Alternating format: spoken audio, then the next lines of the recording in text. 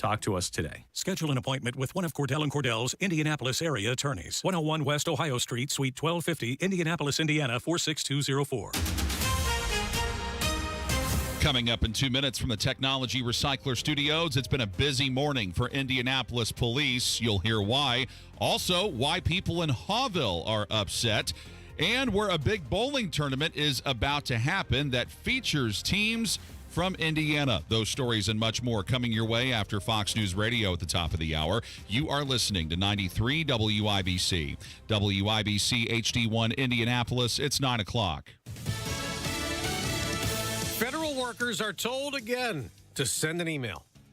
I'm Dave Anthony, Fox News, and it's again from Elon Musk at Doge. In a post on X last night, as the deadline passed for government employees to reply to an email demanding that they list their 5 accomplishments on the job last week. That was from earlier. As for the new demand, Fox's Madeline Rivera reports. There's a lot of confusion regarding this directive. Elon Musk says while there is a second chance to respond, failure to answer again will result in termination this time. But the Office of Personnel Management says agencies will be the ones to review responses and evaluate non-responses. And the Personnel Office also says replying is voluntary, not mandatory.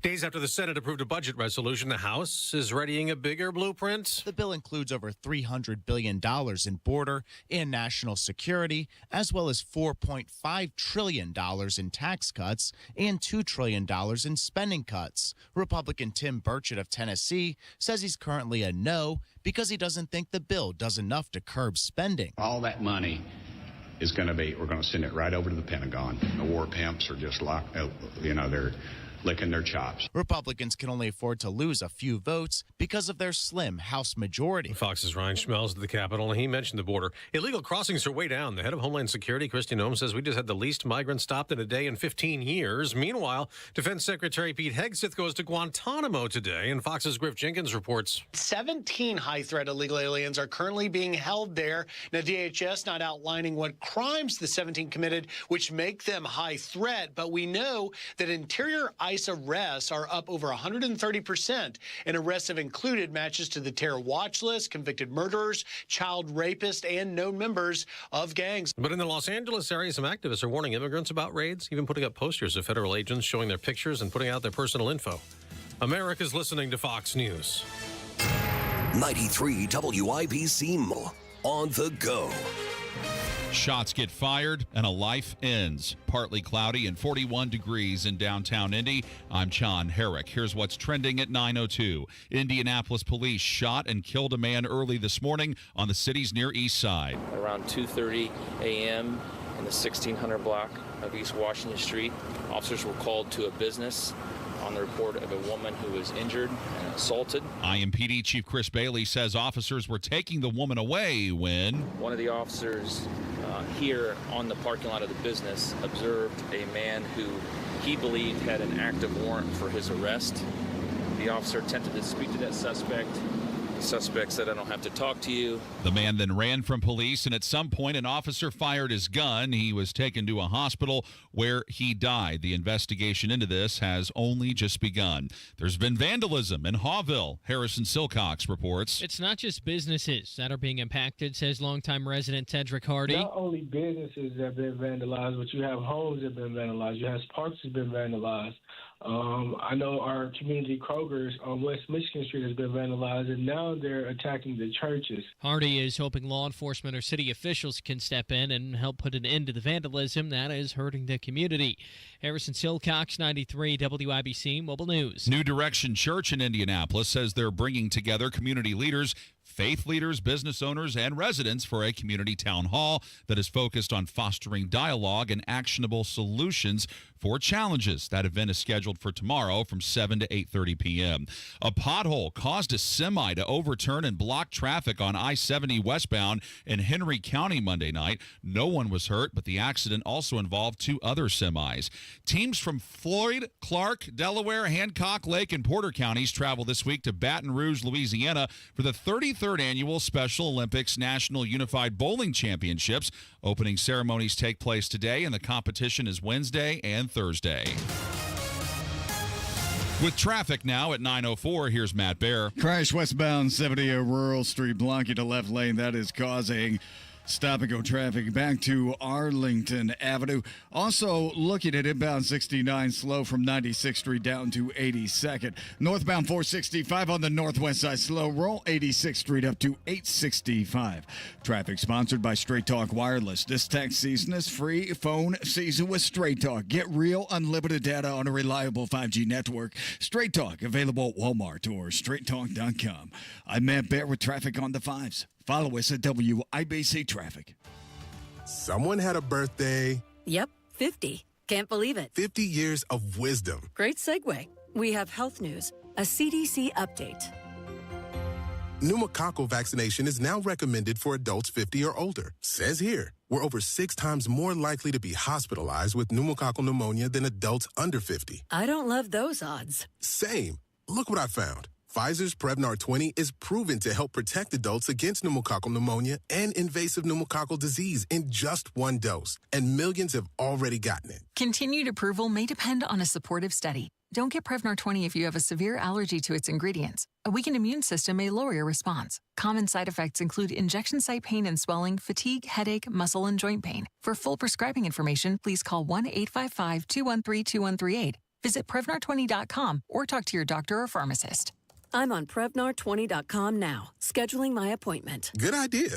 And happy 50th. Go now to bwindow.com and receive $400 off per window and $250 off any patio or entry door, plus 2.99% financing.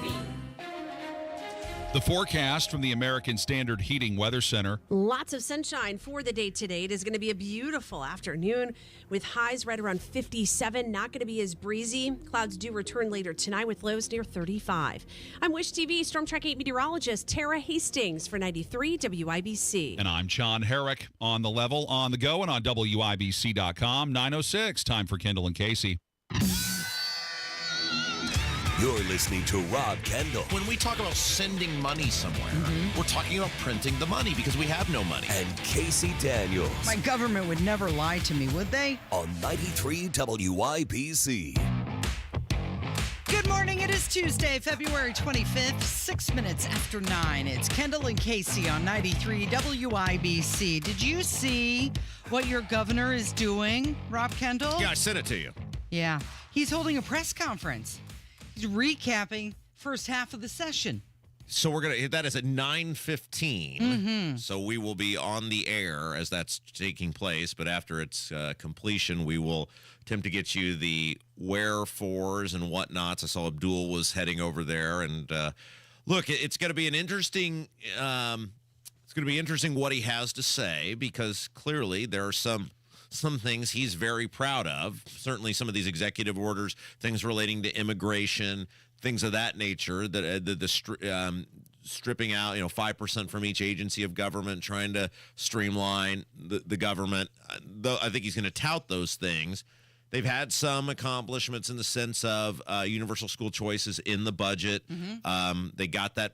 Even though he didn't really campaign on this, I think this is a big deal. That property tax, or not property, we'll get to property tax in a second. That school board bill. The bipartisan, went across the finish line in the Senate, which I think was a surprise to some people. So he's going to talk about all of those things. However, his signature issue, as it exists right now, which is property taxes, is currently sitting in shambles out of what came out of the Senate. So it's going to be fascinating to see how he tries to square somewhat our clear successes with the fact that the thing that look, if you said you could have all these other things or this one thing, he would take the one thing, because the one thing is the thing that everybody's paying attention to, and how forceful and aggressive he gets with now the House side, the House side of the aisle, who is getting ready to take this bill up.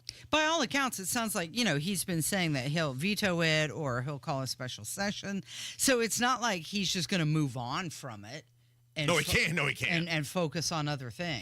Here's the problem for Braun. I'm sure and there's people who work for him at least would like to move on from it. He is too down the rabbit hole on this to accept mediocrity. Like he cannot take a bill that does not actually help the overwhelming majority of people. And we're going to be the people who will tell you if it helps the majority of people or not. I don't care what press release gets sent out or what big announcement gets made or whatever. we know whether it will actually help you or not, and we will tell you in great detail whether whatever Frankenstein-like ensemble they end up with will actually help you or not. And he's not going to – now, he can do whatever he wants to do, but he knows he's not going to get away with signing something that does not actually benefit taxpayers in the state of Indiana. And thus far, he has shown no inclination to want to do that, which is good on him. Well, you said we'll tell you, and just all you have to do is look at the headlines. When that bill moved through the Senate, all the headlines said property tax relief passed. And, well, when you look into it. Now, we're going to have Mike on at 9:30, and he's obviously the president of the Senate. We're going to talk about that interview we did with Gaskell, Mike Gaskell, state senator, it was Friday, because he clearly did not want to answer the question about why the anchor of that bill, which is the bill reset, got taken out. And maybe Micah will be willing, because he's willing to say all the things. Maybe he's there each day, he's around these people. Maybe he'll be willing to say why that thing got yanked out of there, because that's it. That is the thing. Right now, what you have is garbage. What the Senate produced, and they can this and that. We had to keep the bill going. We were worried it was going to die. We were this, that. It's garbage. They have complete garbage that doesn't help the overwhelming majority of people, and they did it because there were a bunch of these senators that bent a knee to these local government people. That's the answer. We'll see if Micah says it. I'm sure he will. I don't know why he wouldn't, but that's the answer. Right now, you have a pile of garbage on the governor's signature issue, and maybe today he'll be able to, light a fire under some people and rally some troops. So Governor Braun, he was on Indiana Lawmakers. This was back on February 10th, and he was talking about the big moves he was making in the first month as governor. What's the measure of success that Hoosier should hold you to? So let's say they're your shareholders, your customers, to use the corporate. By the end of the session or the end of your first term, what's the measure of success as we close? Well, they know what I campaigned on, and we're not going to get everything in one session. But I did campaign on accessibility, and I am going to be entrepreneurial politically. And I think they can see that already is a promise kept. So he's saying that his measure of success is what he campaigned on. Yeah. One of the things he campaigned on was property tax relief. Yeah, and the other thing, this is a benefit for him in terms of if he actually wants to get it done, is you have a highly engaged public. And I was talking with somebody yesterday about this, and people in the State House are saying this, there's a level of engagement you have not previously seen. And so in the sense of whatever firepower you need to help try to get this bill across the finish line, you have that. But the flip side of that is people are not going to forgive you if you sign a bill that doesn't actually help them. Now, if the legislature produces a crappy product and he vetoes it and calls a special session and says you're going to fix this, well, that's all he can do. You can't blame Braun for something he doesn't have any part of, which is either signs the bill or doesn't sign the bill and then advocates and lobbies in the process. But if he were to sign something that did not accomplish that, and he's not going to be able to get away with trying to snow people if indeed something is produced that doesn't accomplish that, then he's going to have a real problem on his hands. Okay, so another measure of success and transparency. We talked about this yesterday, the IEDC. Senate Bill 516, it passed in the Senate. Of course, now it faces some uncertainty in the House. And what this bill does, it establishes an office for entrepreneurship and innovation, which is obviously a key agenda for Governor Braun. He just mentioned it in that clip that we played. But another thing that is in this bill is it holds a provision taking aim at IEDC, and it's all about transparency. And in this bill, they're saying that it will require IEDC to inform everybody about any land acquisitions of over 100 acres. I want to take a break on this. Well, I want to take a pause because I talked to a pretty important person in the State House who shall remain nameless yesterday, and we had a interesting back and forth, which they said I could reveal their commentary as long as it did not reveal who it was, because this person would get in very, very big trouble if that were to come out. So why don't we take a break? I want to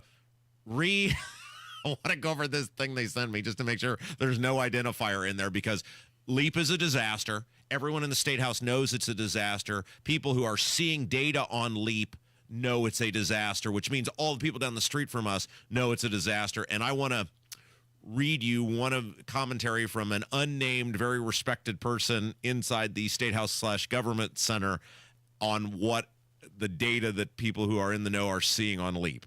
It is Kendall and Casey. It's 93 WIBC. Things are happening fast. Tariffs, ICE rate. Shrink the size of the federal government. USAID is really corrupt. Doge is using a meat axe. Uncovering things that are going to get what they voted for. Follow the first 100 days. Industries to come back to America. The president is committed in securing a lasting peace. The U.S. will take over the Gaza Strip. Robert Kennedy Jr. confirmation is confirmed. Stay in the know. I'm Ryan Hedrick. John Harris. While you're on the go. Man, bear with traffic on the 5. With 93 WIBC. Hi, I'm Charlie Comer from Comer & Cross Premium Garage Floor Coatings. If your garage floor looks bad with stains, cracks, and pits, it makes your entire garage look bad. And a bad epoxy job or chipping paint makes your garage or basement look worse. With one quick call to 1-800-NEW-FLOOR, I can save you $1,000 on a new Comer & Cross garage floor or basement floor during our winter sale. A Comer & Cross concrete floor coating is the gold standard. Guaranteed. A Comer & Cross garage floor won't chip, crack, or show tire lift like epoxy or paint ever. What's the Comer & Cross difference? We make it so easy. We move your stuff out for you. We fix the cracks and pits perfectly. And one day, you will love your gleaming new Comer & Cross garage floor or basement floor just in time for spring. Call us right now for $1,000 in savings during our winter sale. Operators are standing by now at 1-800-NEW-FLOOR. That's 1-800-NEW-FLOOR. Or go to COMERcross.com. Someone had a birthday. Yep, 50. Can't believe it. 50 years of wisdom. Great segue. We have health news, a CDC update. Pneumococcal vaccination is now recommended for adults 50 or older. Says here, we're over 6 times more likely to be hospitalized with pneumococcal pneumonia than adults under 50. I don't love those odds. Same. Look what I found. Pfizer's Prevnar 20 is proven to help protect adults against pneumococcal pneumonia and invasive pneumococcal disease in just 1 dose. And millions have already gotten it. Continued approval may depend on a supportive study. Don't get Prevnar 20 if you have a severe allergy to its ingredients. A weakened immune system may lower your response. Common side effects include injection site pain and swelling, fatigue, headache, muscle, and joint pain. For full prescribing information, please call 1-855-213-2138. Visit Prevnar20.com or talk to your doctor or pharmacist. I'm on Prevnar20.com now, scheduling my appointment. Good idea. And happy 50th. I'll say this. There are no entries in the Hoops Fan Hall of Fame who didn't show up to the game. Yes, you in the back. Professor, March Madness is coming to Indianapolis. Are we ready? You prepared to bring the fire? Give it 110 from tip to the final buzzer? Oh, you're ready. The NCAA Sweet 16 and Elite 8, March 28th and 30th in Indianapolis. Buy your seats today at ncaa.com/MVB tickets. Class dismissed. Health gives you the ability to love more, feel more, be more. Health gives you the ability to live an extraordinary life. Because every day, no matter the challenges, is a chance to breathe. Laugh until your belly aches. Cry because you care so much. And experience everything that makes your life truly extraordinary. For 150 years, Franciscan Health has been there, watching extraordinary lives unfold. Love your extraordinary life. At Uline, they know firsthand the road to success is an uphill climb. Uline started in the family basement, and through hard work is now North America's most trusted shipping and industrial supplier. They get what it means to have the support of reliable, hardworking partners. So they keep 41,000 items ready to ship. Whether your company is still in a basement office or expanding cross-country, Uline will be there on your road to success. Visit uline.com.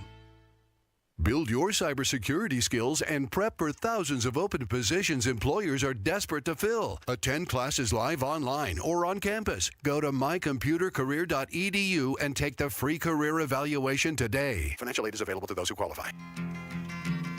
Come, you masters of war.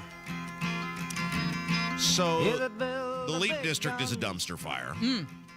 The IEDC is a dumpster fire. And in a weird way, the LEAP district is sort of a synopsis of the entire Holcomb administration. Like if you were to say, take a thing that is the Holcomb administration and put it on, one thing that represents the 8 years under Holcomb, it is LEAP because it checks all the boxes. It was ill-conceived. It was short on details, both in terms of the planning and what is available to the public. It has not produced the desired result. It has major flaws and issues that are left unresolved.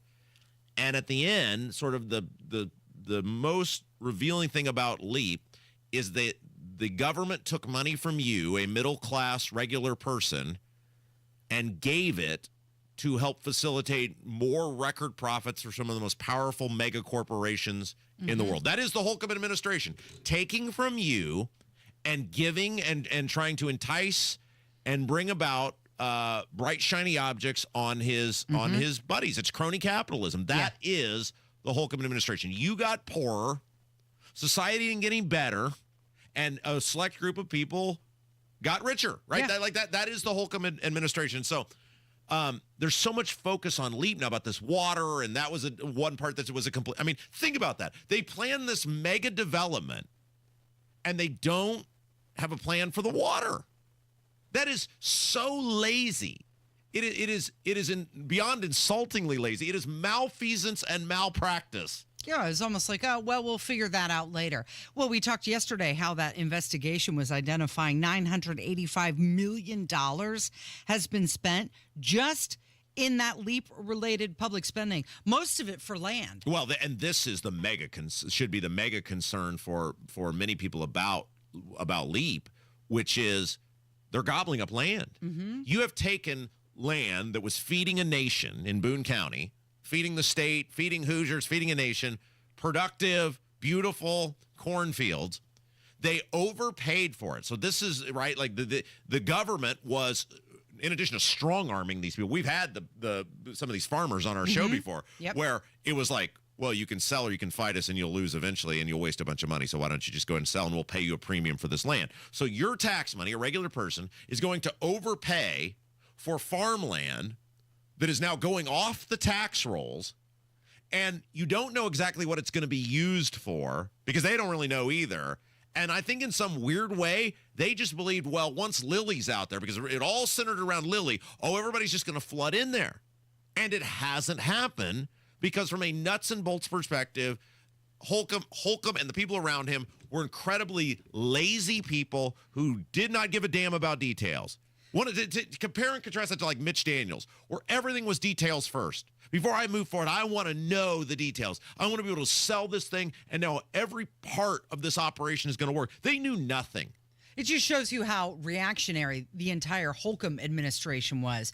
Nearly $500 million has been paid for by you to pretty much bully these families off their family farmland. $427 million. But one of the things that's not being talked about, because everybody got so focused on the water and the price tag, is the sort of companies, and Abdul has actually talked about this for years, is that Indiana lacks workers with the skill sets to instantaneously facilitate the operations that are needed.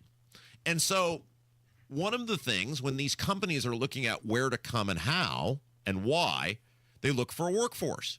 What workforce is there? Because it's very costly to transplant a workforce. And it's one of the things that we have said is these mega developments, for the most part, whether it's LEAP or some of these other ones, have not helped you, a regular Hoosier. They've not made your life any better because you have not, through the education system, been skilled to insert yourself into these positions. So you have all of these foreign workers, either foreign to our state or foreign to our country, who are coming in, which is why you've seen the radical change of communities throughout central Indiana. Look at your Walmart today versus 10 years ago. I challenge anybody to tell me if any central Indiana Walmart looks the way it looked 10 years ago. It doesn't. Because you have all of these people who have been brought in because we don't have the ability to do the jobs, which is why, A, they're not coming, and I'll get to that here in a second. But B, when they can get these companies to come here, you're not getting any benefit out of it because they're not hiring you. No, they're not hiring you. And in fact, in many cases, making it worse for your community because the workforce that they are bringing in does not have the same conservative viewpoint that you do. And it's situations like this that will turn red Indiana purple. So I got this message from someone who is very involved in state government. And one of my favorite things is when we do these little birdie tidbits. I know people run around the State House trying to figure out who the person is. Look, I have several of these people, okay? So it's not just one person. And by the way, if you're a lawmaker, if you're some power broker in the State House and you're flapping your gums to someone, we have tons of fans. Tons and tons of fans. And you should just assume if you're talking about us that it's getting back to us, which is how we know all the things that are going on. This person said I could read this. I just do not identify them because they like their employment and enjoy providing for the people that they need to provide for. And this is what they said. This is a person who has seen the data on LEAP. And they said they're panicking a bit behind the scenes because they absolutely don't have the workforce numbers to even get the thing built. Totally separate issue from what gets talked about. And they're not even close. That thing is a disaster at every turn. Wow. There's a chart that has been passed around where there are graphs depicting the percentage of specific labor needs in different sectors, and they're all woefully low and behind for the most part. No tenant commitments, no water, no workers, no anything other than a land grab. And since when is it, and this is a great point, and since when is it ethical for the government to buy land to sell it at a higher price? Well, that's good. They spent nearly $1 billion on this. And this, not Rob Kendall, this is someone that when you people are walking around the State House right now, I guarantee a bunch of you have glad-handed with that person. You've said what a great guy that is. He's in your orbit, right? These are people in your orbit over there at the State House that are saying this. Everybody knows what LEAP was. It was Eric Holcomb's giveaway using your money to give stuff away to his big business buddies so that he go to parties and ribbon cuttings and everybody could pat him on the back and tell him what a great guy he was. That is how your money got wasted. So there was that bill. We mentioned it earlier. It was Senate Bill 516. It passed in the Senate, moves on to the House, and it's really a bill about other things, but in it, it targets the IEDC and it aims to make them a little bit more transparent. No, see, that ain't going to work. It's a tiny bit. No. It's not going to pass. The IEDC should have to... we'll know they're serious when they play by the same rules as everybody else, which is you have people like the Capitol Chronicle or these other organizations, State Affairs, who for years have been just trying to get information. Get the finances. You can't even get the information. Right. When you start treating the IEDC like every other government entity, which is they have the same transparency and reporting requirements, then we'll know these lawmakers are serious. They're not serious. They want you to believe they're doing something while giving you as little as possible. Well, the thing about this bill is that it does require annual reports from IEDC, and they're supposed to report revenue, expenses, fund balances, debt details, tax increment financing districts, and everything that you should know. However, it's probably not going to pass. So this is no. And Michael Hicks, who we rarely ever agree with on anything on this show, didn't pass last year. Who's a Ball State economist, had a, maybe we'll read some of that later. Something random, confused, accidental act of getting it right. He had excoriated the LEAP district yesterday from the local economics perspective of the cost of it versus what it's producing in terms of revenue and tax revenue. And I thought that was interesting. So while I'm loath to ever give that guy credit for anything, this one I thought was pretty good. And maybe we'll read some of that later. I mean, you are getting screwed. That's what this is about. You are getting screwed through this LEAP district, through the Indiana Economic Development Commission. I'm not going to use words like, what is it called, where you take money from some source and then like you do some stuff with it and then you take it and you give it to somebody else. What comes back a little cleaner? Yeah. A little fresher. I'm not going to use any terms like that. But boy, howdy, none of this makes any sense to any rational, common sense thinking person. All right, let's take a break. John Herrick will join us with the news, and then Micah will be with us. We're gonna ask him directly, why would Mike Gaskell not answer our question on why Braun's property tax bill got gutted? Maybe Mike will answer. He's the president of the Senate. Sounds good. It is Kendall and Casey on 93 WIBC. Life-changing discovery should never be left to chance. IU Indianapolis is Indiana's premier urban research university, home to 50 research centers and institutes, which means our students don't just study groundbreaking research, they make their very own breakthroughs from day one. We're here to make the future happen. Bring on tomorrow. IU Indianapolis. Discover what's next at go.iu.edu/breakthrough. Hey, it's Rob. If you want to grow your hair back, check out the Artist Robotic FUE at We Grow Hair Indy. Darren Andrews, clinic director, is here to tell us more. The accuracy and the precision of the Artist Robotic FUE is what clients love the most. Get the results you want with our Artist FUE or multi-unit hair grafting procedure. Grow your hair back today at WeGrowHairIndy.com. Call 317-522-2995 for your evaluation. 317-522-2995. 93 WIBC Mobile News. On the level, on the go. Police in Indianapolis shot and killed a man this morning. Nothing on radar right now. Partly cloudy, 43 degrees in the Circle City. Today's high, 59. I'm John Herrick. Here's what's trending at 9:30. That was on the Near East Side, near East Washington and North State Streets. IMPD Chief Chris Bailey says officers were responding to a call at about 2:30 about a woman being attacked when they found a man who refused to take his hands out of his pockets. And the suspect did not comply with that order and ran away from the officers northbound on State Street. Short foot pursuit ensued. And Bailey says later the officer fired his gun and the man died. Police are investigating. Indiana gas at $2.89 a gallon on average today, says Gas Buddy. The cheapest gas in the state is in Greenfield at $2.47. And Alex Ovechkin will look to get closer to breaking Wayne Gretzky's all-time goals record tonight. The Washington Capitals superstar needs just 13 more goals to break Gretzky's record of 894, and the Capitals host the Calgary Flames at 7 o'clock this evening.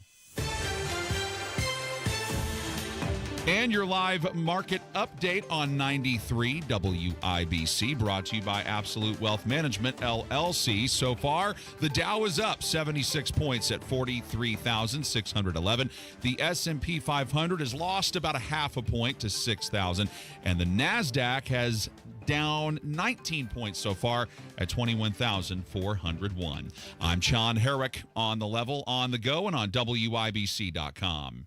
Cold weather brings hot savings at Tom Roush Lincoln. Select 2024 Lincoln Navigators now $12,000 off and get 0% for 72 months. How about an all-new 2024 Lincoln Nautilus now $6,000 off with rates starting at 4.9% for 60 months. So get in on those hot savings at Tom Roush Lincoln in Fishers.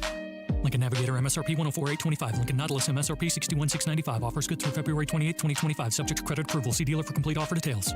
Prescriptions require an online consultation with a healthcare provider who will determine if appropriate. Restrictions apply. See website for details and important safety information. Price varies based on product and subscription plan. Hey guys, let's talk ED, because millions of men experience it. But not everyone can access or afford treatments like Viagra. Hims can help. Through Hims.com, you can access a full range of treatment options for ED through a 100% online process. To start your free online visit and save up to 95%, go to hims.com/joy. HIMS.com/JOY. Dell Technologies is celebrating with anniversary savings on their most popular tech. For a limited time only, save on select next-gen PCs like the XPS 16, powered by Intel Core Ultra processors and more. Plus, curate your dream setup with great deals on select monitors, mice, and more must-have electronics and accessories. When you shop online at Dell.com/deals, you'll have access to leading-edge technology to match your forward-thinking spirit and free shipping on everything. Again, that's Dell.com/deals.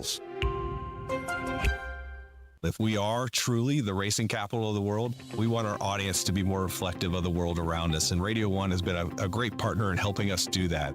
How can a partnership with WIBC serve your business? I'm Michael Kaltenmark, Senior Director of Marketing for the Indianapolis Motor Speedway and proud partner and client of Radio 1. Diversity, Radio 1's diverse reach not only allows us to get our message in front of a diverse audience, but then also gets those folks interested as we look to invite more diverse audiences to the track to join us, to let them know that the Speedway is open to them and that they're welcome there. And they've been a strategic partner in helping us achieve that goal. Deliver your message to the audience that matters. We've been able to attract an even larger audience and fill the Speedway with more people because of our partnership with Radio 1. Text business to 71007 to take your advertising to the next level. Radio 1's right there with us in the trenches. Get results with WIBC. I see you walking, baby, down the street, pushing that baby carriage at your feet. Well, Casey, we started the show off today. Braun's in the middle of that big press conference. I know. He's giving us his halftime report. And we're hardly working. Mhm. We're working very hard. No, we're hardly working. Is that what we're doing? You have that right. Well, regardless, we're unable to participate because we're here bringing you fabulous entertainment. But one guy who might know what's going on, he's number 2 in the state of Indiana.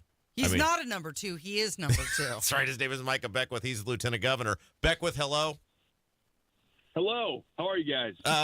Okay, so Braun's doing this press conference right now, and I don't know how you could call it a resounding success thus far. I'm not saying it's his fault. I'm just saying when your signature issue is essentially wadded up and thrown in the trash can by the Senate, I mean, he's got to light a fire under some people here, right? Well, yeah, and he's doing that. I mean, he's working the lines behind closed doors, and honestly, too, I've been impressed with, him just coming out with a strong statement like, if they send me something weak, I'm going to veto it. I mean, that speaks volumes right there. I think we have to remember, like, we are only at halftime within the state legislature here in Indiana, and we've got another 2 months back and forth when it comes to the signature issue. But I will say, as far as these executive orders that he's put out, they're in lockstep with what President Trump is doing, calling people back to work, making sure that efficiencies are enacted within state government, seeing the going after DEI nonsense, all these things that I think are resounding successes. I think people are loving it. I think we're hearing from all over the state. People are saying, keep it up. You're doing a great job. Like, this is what we put you in there to do. So keep fighting. Okay, so we had Gaskell. You know Mike Gaskell? Do you know that guy? I do, yes. Senator Gaskell. Yeah, he's senator. We had him on the show. Now, what are you? Are you the president of the Senate? Is that your official title? Do you lord over these people? What do you do? I have a gavel, and so I certainly lord over them, and I throw it at them when they step out of line. So. Okay, so we had Gaskell on last week. Very nice guy. We appreciate him trying to be transparent and come on. However, our audience was enraged, Micah, because we asked him 2 very important direct questions, and I want to address both of them with you. We asked him, why was Braun's bill reset, which Gaskell told us definitively he believes is constitutional? Why was it taken out of the bill? And he would not, he deliberately went out of his way to not answer the question, right, Case? Yeah, and then you asked him who spearheaded that effort to take it out, and he didn't answer that either. Well, our audience has a right to be outraged that no one will answer the question about why the signature part of the governor's signature issue got removed, right? Yeah. So I'll answer those questions for you. So the first thing is you have to understand it was the pressure that's being applied to the senators by local officials, mayors, commissioners, counselors, who have been told they're going to lose millions of dollars of their hard-earned, deserved tax dollars that they believe they have a right to. So I'm saying that very sarcastically. So they have been lobbying these senators and the weaker senators. I'm not saying Gaskell is one of the weaker senators. He's not. And even Travis Holdman, I would say, who's kind of leading the charge, is not a weak senator. But there are weak senators within the Senate, especially within the Republican caucus. And those are the ones that are putting pressure on leadership. Hey, you better not do this, and we're gonna cut ties with this whole thing if you guys go down this path. So what Gaskell and what Holdman and what even guys like the Majority Leader Chris Garton, what they're having to do is they're having to keep this bill alive.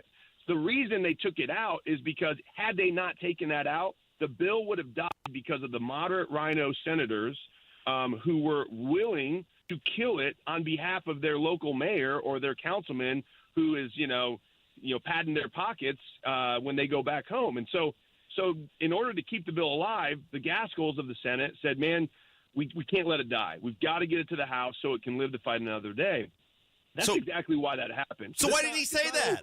Why didn't he say that? Well, you got to understand too. Like, he's not going to call out any one of his caucus. He's not going to say, hey, listen, we've got weak senators in the Republican caucus. But I will, because I'm not part of the Senate and I'm not part of the legislative branch. But I will gladly say there are some very weak Republican senators who do not live by Republican principles, and they all know it. Like, this is not something that they don't ever say it out loud. And so here I am saying it out loud. But listen, it's just the reality of the situation. You can't come in with the purest attitude and say, oh, well, because this is right, everyone's just going to get on board. No, it's not right. And if we wouldn't have done this, that bill would have died. It would have never made it to the House. We wouldn't have any property tax relief.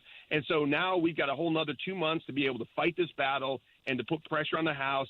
And then I think we're going to get meaningful property tax relief. I'm still optimistic. Well, I want to come back to something for a second. So you're telling me that the way the Republican Senate caucus works is that if you're a conservative and you come out for conservative principles and you speak, by the way, you're speaking in support of the governor of the same party, that they will punish you if you're like, hey, that dude over there, he's siding with the mayor of such and such a place over you, and you're getting screwed. Like, they'll punish you for that? Oh, yeah. I mean, that's how the game's been played for a long time, and this isn't new in the state legislature. Republicans are not allowed to speak ill of fellow Republicans. It's Reagan's 11th commandment. And they live by that. I mean, that really is, they chalk that up to the 10 commandments that Moses was given by God. They add the 11th commandment on there in that type of sanctity in their mindset. It's a new day, though, and this is what President Trump is saying. This is what Mike Braun's saying. This is what I'm saying. We have to start calling our own members of the party out when they're not holding true to Republican principles. That 11th commandment that Reagan said has been used and weaponized and warped against conservatives. So when conservatives want to say, well, I'm going to go and I'm going to tell my district that you're not really holding true to Republican principles, like, oh, excuse me, Mr. Conservative Senator, Mr. Conservative Representative, you're not allowed to do that because in the Republican Party, we always speak well of each other publicly. And they use that against conservatives to say, don't speak out against us or else you're going to be the bad Republican. Well, okay, and that day's over. That day's over. What does that mean, though? They can't unelect him. Like, let's say Gaskell had come on and said, I'm certain Kyle Walker is one of these people, so I'm just going to say it. And I've seen the emails and I've seen how he votes. Kyle Walker is more interested in protecting local agents of government than he is helping you with property tax reform. Let's say he had said that. What does that mean? They can't unelect him. Like, what is the actual threat here? Well, they'll remove him from committees. I mean, there's power that leadership has. Now, I'm not saying that's what would have happened. I don't think. It sounds like he thinks it would have. Well, I don't think Senator Bray, being the pro tem, is against what we're saying right now. He is for property tax relief. He wants there to be property tax relief. And so I think they're all just trying to navigate the landmines. And so I think that's why they're just being very cautious. And keep in mind, guys, like, at the end of the day, they're going to need probably some of these senators to get on board and some of these kind of moderate House members to get on board if we want strong property tax relief. So you gotta play the politics. I mean, that's kind of what's going on here. That's kind of what it sounded like Gaskell was saying, is like, well, I can't just name names because I'm going to need these guys for other stuff down the road. That's right. Yep. And that's 100% true. And listen, that's not outside the realm of normal life. I mean, in any business, in any industry, whether you're making business deals, whether you're in the world of education, you can't just burn every bridge to the ground. Oh, right? really? Like, you might need to cross that. You might need to cross that bridge at some point. Now, listen. Hey, Micah, why don't I show you our ratings and tell me how you can't burn everyone to the ground? Why don't I introduce you to the upcoming ratings book?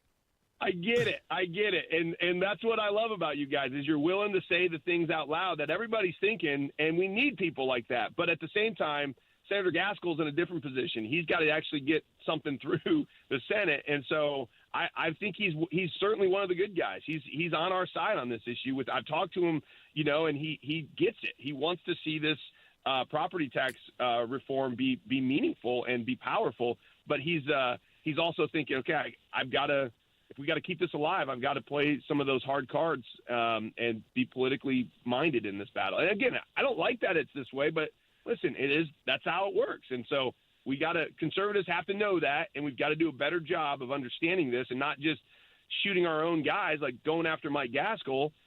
Is not good. It's not going to be helpful because he's on our side on this issue. We don't want to take out our own, but that's what conservatives tend to do. We tend to take out our own, and then we're shocked when there's nobody left fighting for us, inside the halls of legislation. Okay, about 30 seconds left. I would like to announce at some point this week the big thing that we're working on. Will I be able to? Yeah, when are we going to be able to talk about this? I would like to be able to start telling people about this, Ken, but I need your side of the We need the equation green light. Yeah, will I be able to do that this week? Hello? I think so. I hope so. I'm glad you said that. I forgot. So I need to go, and I'm just getting into my office. Listen, I'm a very busy person, okay? I'm getting ready to go up to the office right now at the State House. I will talk to the team. It's going to be an amazing thing for all the listeners that are listening right now. You're not going to want to miss it. It's going to be awesome. So Rob and Casey will tell you more about it. Come Thank you. What a tease. Yes, thank you. Very good. All right. I hope you do some actual work today. Beckwith, thank you. Yeah, thanks, guys. See you. Have a good one. It is Kendall and Casey. It's 93 WIBC. Tomorrow on Tony Katz in the Morning News, Republicans on the Indy Council want an investigation into Joe Hogsett's actions when it comes to Thomas Carl Cook and allegations of sexual impropriety. 6 to 9 a.m., Tony Katz in the Morning News, right here on 93 WIBC. Xfinity here. How can we help? Hi. My daughter invited her entire class to her birthday party. Can my Wi-Fi handle it? Oh, well, at Xfinity, our latest gateways have tri-band Wi-Fi technology, letting you connect hundreds of devices at once. No way.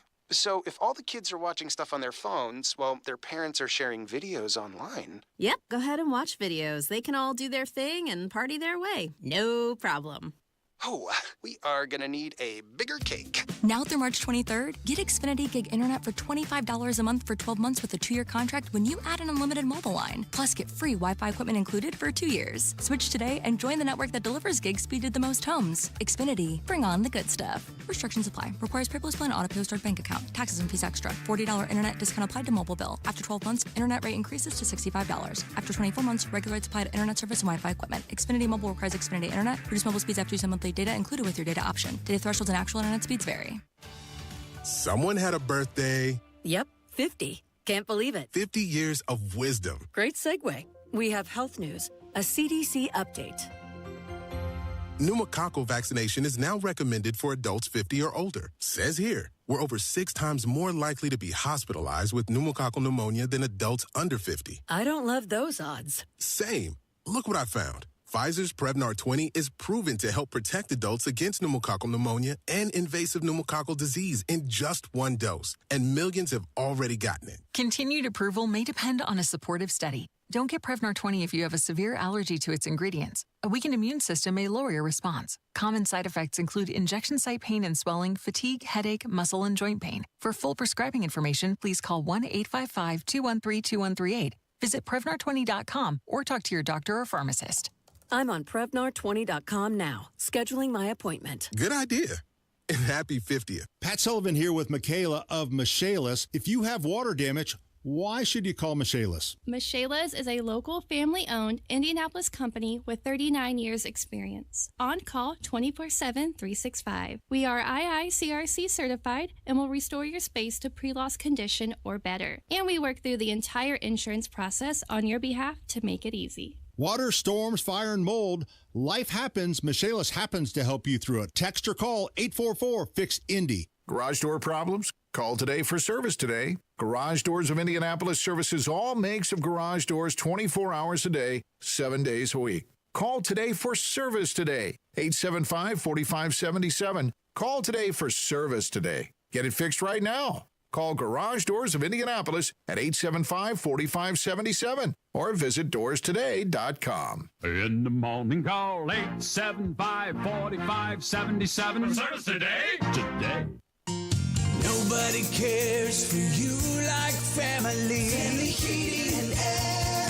Hi, this is Malia with Family Heating and Air, and as a mom myself, I know it's really important to keep the kiddos healthy. Air quality, humidity, those are super big issues on my concern list. If you share any of these concerns, give Family a call, 317-577-8077. Family Heating and Air is your trusted local independent American Standard heating and air conditioning dealer. Addiction. It's hard on those who struggle with it, but those who love the addict need support too. Matt Baer and Ryan Hedrick provide help and hope with Supporting Sobriety. Subscribe wherever you get your podcasts and on WIBC.com.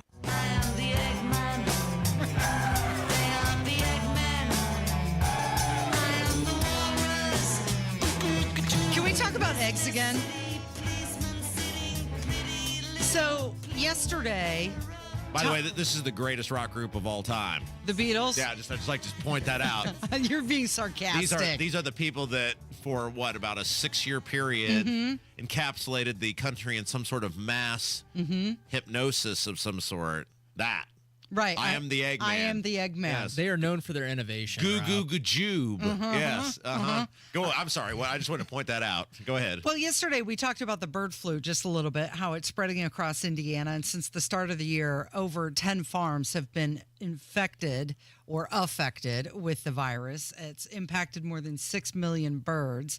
And Todd Young and 15 other senators they sent a letter to the new U.S. Agriculture Secretary, Brooke Rollins, asking for some support. And one of the things on their list is they want a forward-looking strategy for vaccination in affected laying hens and turkeys. Oh, here we go. It's always with the vaccines, right? It's always some sort of vaccination. So they want, now we had this conversation yesterday with Carl, that Daily Mail piece, right? Where now that's their new thing is they want all these birds to get vaccinated. And so we had several farmer friends weigh in, including our dear friend Farmer Ryan, who said, look, you got to kill all the birds. He said, you can't let the birds have this because it'll get out of control and potentially kill every bird in the country. So they have to do this mass euthanization of these birds. And he said within 6 months you should be able to repopulate.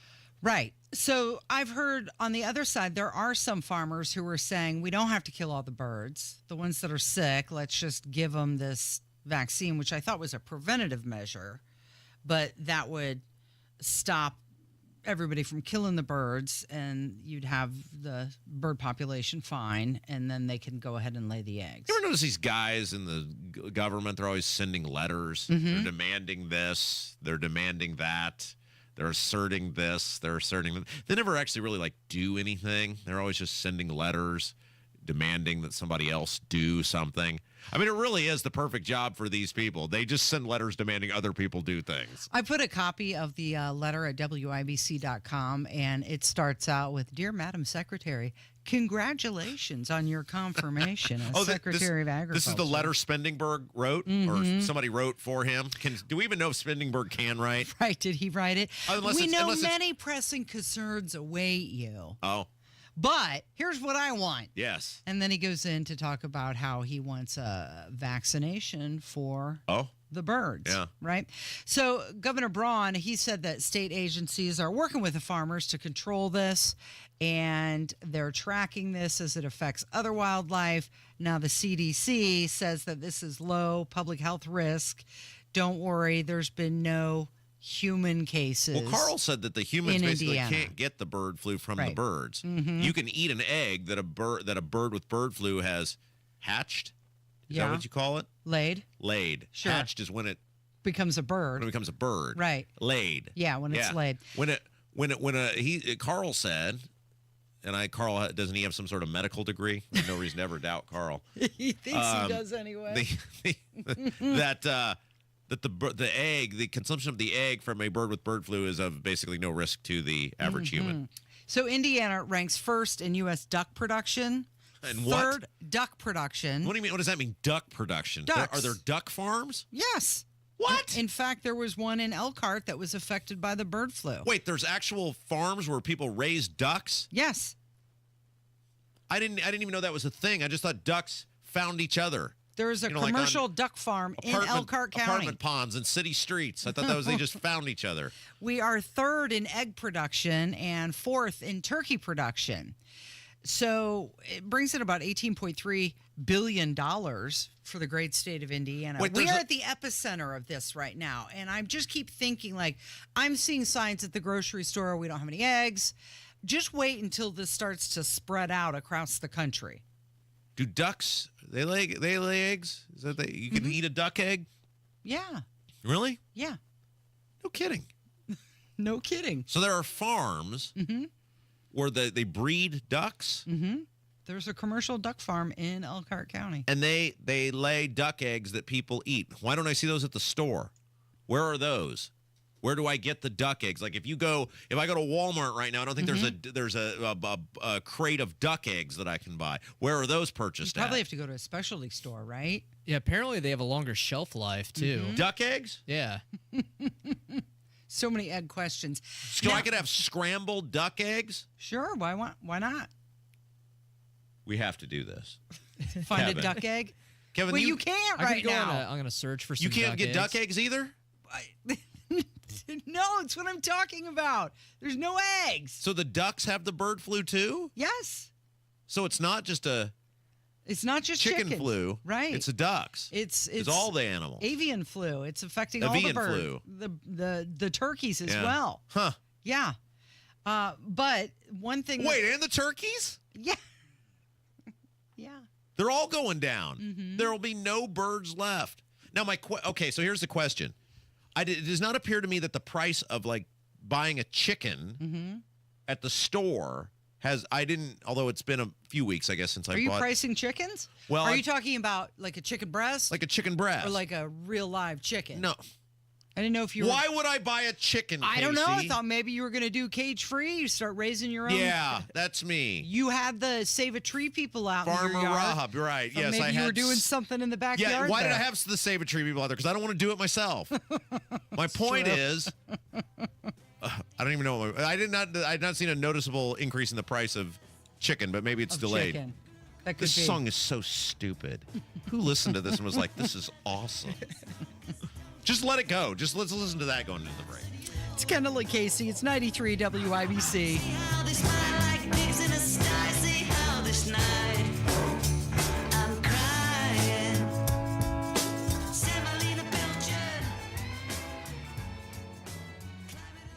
Hi, I'm Charlie Comer from Comer & Cross Premium Garage Floor Coatings. If your garage floor looks bad with stains, cracks, and pits, it makes your entire garage look bad. And a bad epoxy job or chipping paint makes your garage or basement look worse. With one quick call to 1-800-NEW-FLOOR, I can save you $1,000 on a new Comer & Cross garage floor or basement floor during our winter sale. A Comer & Cross concrete floor coating is the gold standard. Guaranteed. A Comer & Cross garage floor won't chip, crack, or show tire lift like epoxy or paint ever. What's the Comer & Cross difference? We make it so easy. We move your stuff out for you. We fix the cracks and pits perfectly. In one day, you will love your gleaming new Comer & Cross garage floor or basement floor just in time for spring. Call us right now for $1,000 in savings during our winter sale. Operators are standing by now at 1-800-NEW-FLOOR. That's 1-800-NEW-FLOOR. Or go to COMERcross.com.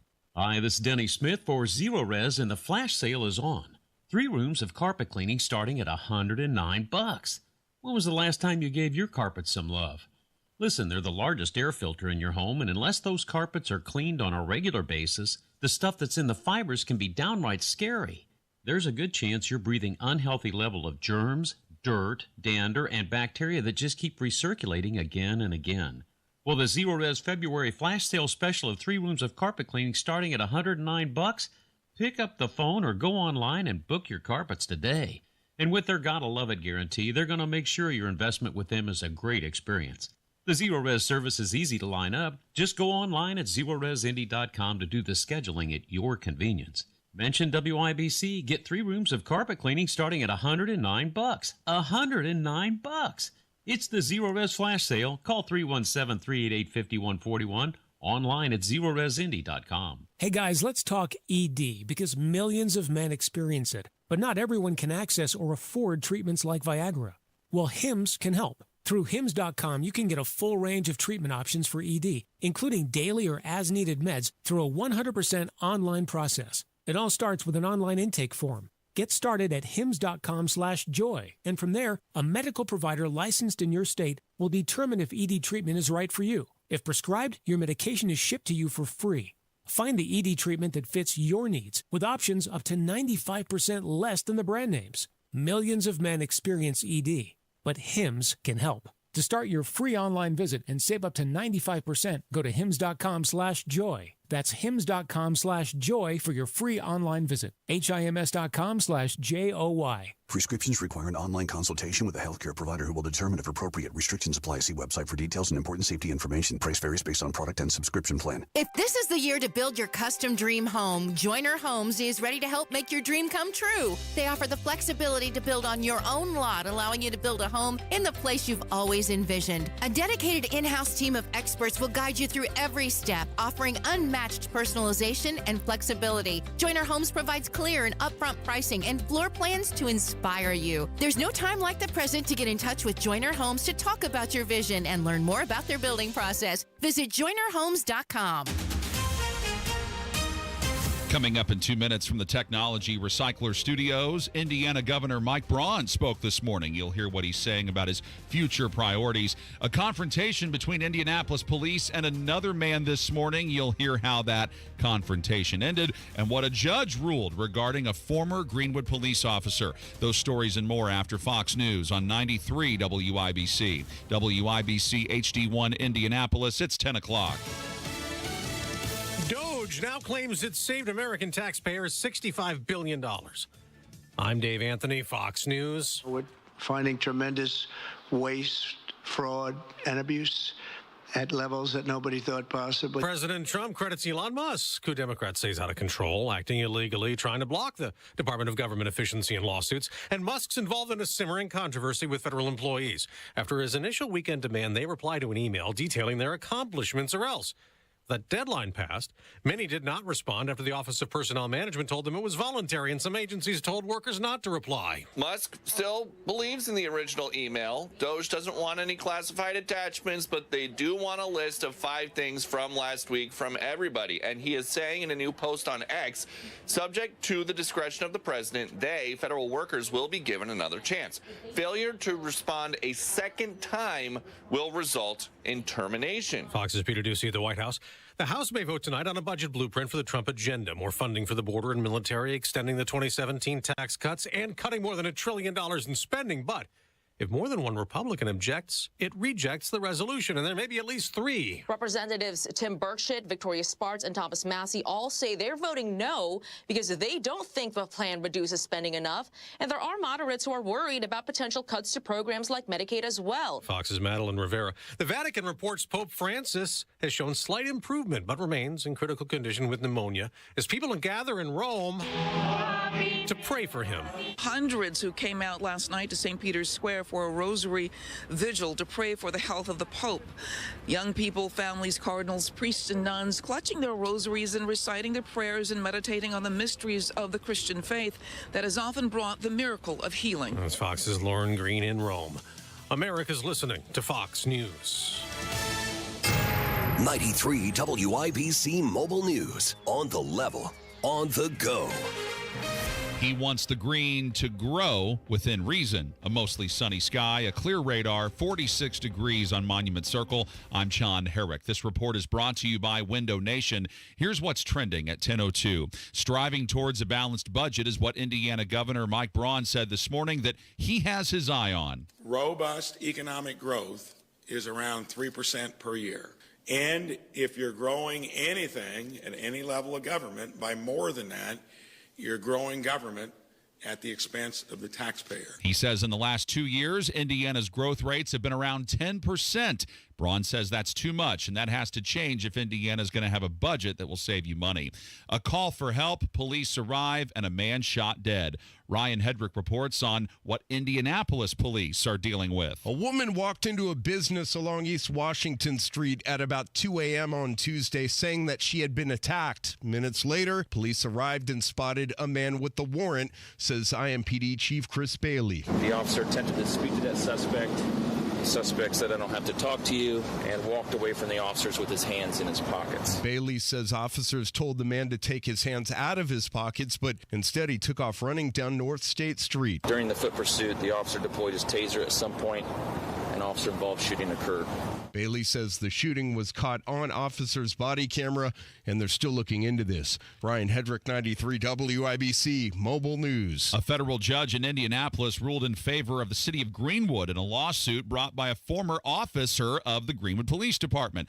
That officer, Sam Bowen, had sued the city and the department for wrongful termination after being suspended without pay for violating the department's technology policy. Bowen's superiors say he used department technology to send offensive messages, and that's why he was fired. The judge says Bowen's actions compromised the community's trust in the police department.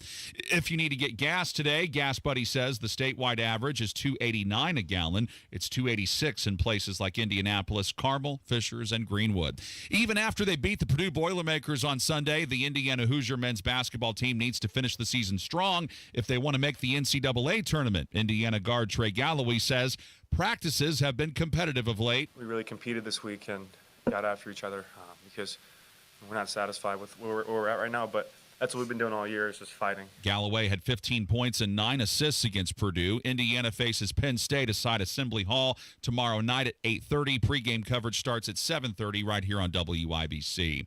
I'm John Herrick on the level, on the go, and on WIBC.com. 10:04, Kendall and Casey coming back in 1 minute. Hey, Hammer and Nigel here for Window Nation. Valentine's Day is behind us, and Groundhog's Day and President's Day are in the rear view, but there's still time to take advantage of Window Nation's amazing offer. Save 60% on all window styles and pay nothing for 2 years, only at Window Nation now through the end of February, to save big on some of the best windows you could buy. To get windows that will protect your home and family for decades, get a quote on the windows that are going to stop the drafts, stop the leaks, and save you money on your utility bills every month.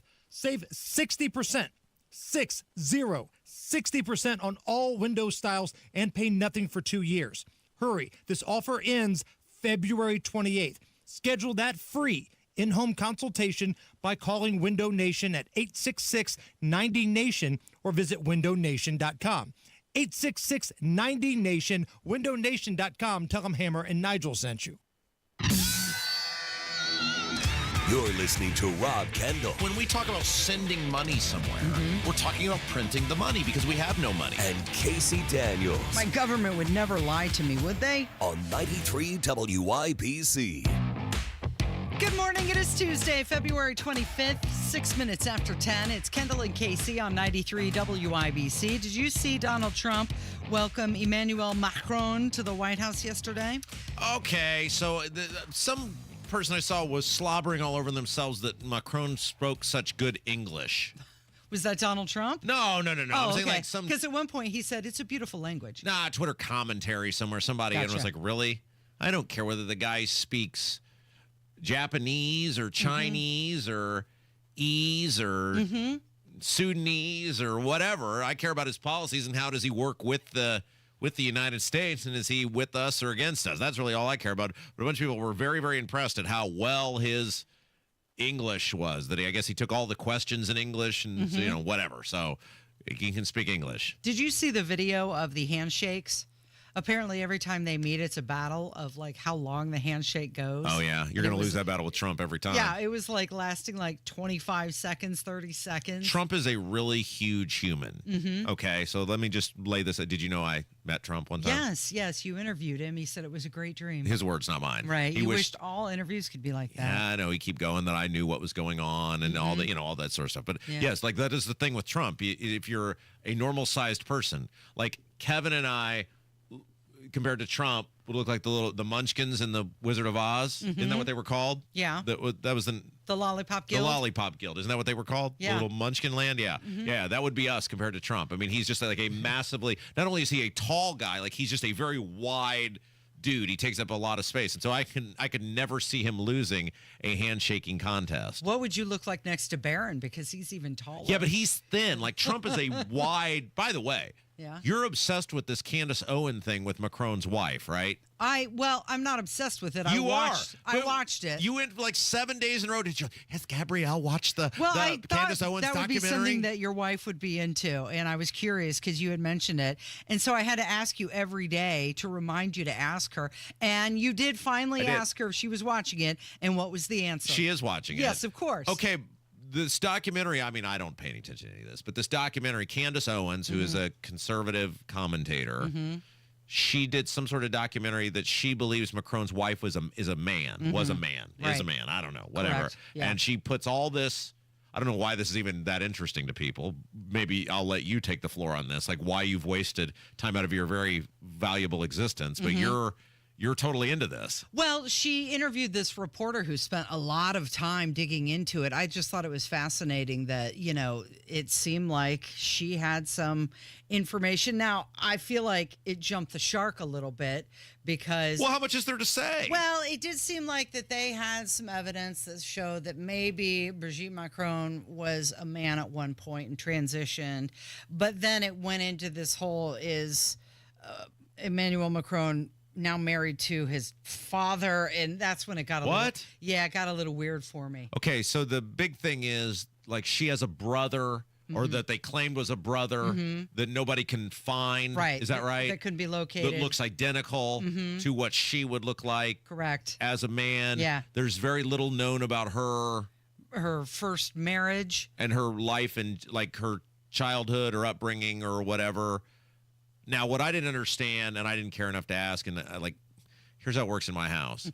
I get roped into something like this where you're like, ask your wife, and then it turns into some 9-minute nonstop thing, and then I've got to fake interest and ask some sort of follow-up question because then she'll just be like, you don't even care at all. You're not even paying attention to me. So I got to. Sorry about that. And then I ask a follow-up question, and then I instantly regret asking the follow-up question. But what I was able to, while not paying attention, decipher was she has children with another man, though, right? Yes. So how did she pull that off? Well, I mean, that's the whole. And no one had any answers for that. And I said, exactly. well, now I'm done here because we're moving how did on. she do that? Yeah, we're moving on. Now, the thing that I'm caught up in now is what's going on with Sean Combs, the whole Diddy Wait. thing. We got to come back. What happened with Trump and Macron? Anything relevant happen? Was there any sort of earth-breaking Well, anything? He was asked at one point about Elon Musk and the whole email about the 5 bullet points and Donald. Why would anybody ask him about that? Because they had to. It's what everybody thought. They asked Macron? No, they asked Trump. Okay. While they were sitting there, while he was sitting there with Macron. All right. I thought they asked Macron. I was like, why would they ask him about that anyway? Do we have audio of this? Yeah. Well, here's Donald Trump, and he's backing Elon Musk. You're talking about the last email that was sent where he wanted to know what you did this week. You know why he wanted that, by the way? I thought it was great because we have people that don't show up to work and nobody even knows if they work for the government. So by asking the question, tell us what you did this week, what he's doing is saying, are you actually working? And then if you don't answer, like you're sort of semi-fired or you're fired, because a lot of people are not answering because they don't even exist. They're trying to find. That's how badly various parts of our government were run by, and especially by this last group. So what they're doing is they're trying to find out who's working for the government. Are we paying other people that aren't working? And, where is all that? Where's the money gone? We have found hundreds of billions of dollars of fraud so far, and we've just started. We're actually going to Fort Knox to see if the gold is there, because maybe somebody stole the gold. Tons of gold. So I think it was actually, there was a lot of genius in sending it. We're trying to find out if people are working. And so we're sending a letter to people, please tell us what you did last week. If people don't respond, it's very possible that there is no such person or they're not working. He went on to say at one point that if you're not reading your email, that proves that you're not even working. You're not even opening your email. And Musk has sent out another one saying, okay, another chance. If you don't reply with something, we're going to take it as your resignation. Okay, I don't understand why this is a big deal. Like if someone were in some sort of management, like because technically in the court documents they have said Musk does not run Doge. He's an advisor to Trump. He doesn't have any actual power. which they kind of contradict themselves there, but whatever. Okay, so let's just pretend some advisor we'll take Alfred, the guy who owns Urban One, right? Mm-hmm. If some chief advisor to Alfred sends an email, and you could verify that's who it is, and they're like, I'll respond to this email about what you've done this week because Alfred would like to know. Mm-hmm. I'm not going to like throw a fit. I'll be like, here's the things I do every week. Yeah, I don't understand what the problem is. I don't understand why people are so up in arms over this.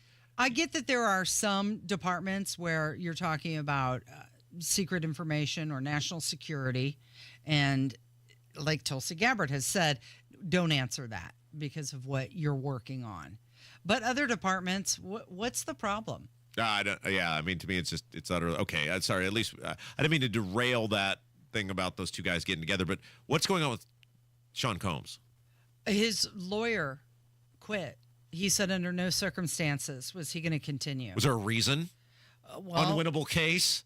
Guy is a scumbag? Yeah. I mean, I didn't think some guy being a scumbag is grounds to quit. Well, and that's the thing. Doesn't the judge have to okay that and approve that? Well, yeah, but I mean, if you don't want to do it, they can't make you do it. He got a bunch of documents that are, because he's supposed to go to trial in a couple weeks. What? Yeah, and his lawyer was the guy who represented Osama bin Laden. Yeah, I saw that. So, I mean, he got a pretty good one. Right. And if this is the guy who represented a terrorist and he's looking at these documents from Sean Combs and saying, no, I'm out, like, what is in there? Yeah, he wrote, this guy wrote, under no circumstance can I continue to effectively serve as counsel for Sean Combs, consistent with the ABA standards for criminal justice. It is respectfully but regrettably requested that the court grant the relief requested. So, I don't know, maybe you can maybe decipher a couple things out of this. I mean, it's not that he's just super guilty. Like, that's not grounds for that. It's that maybe the guy is impossible to deal with.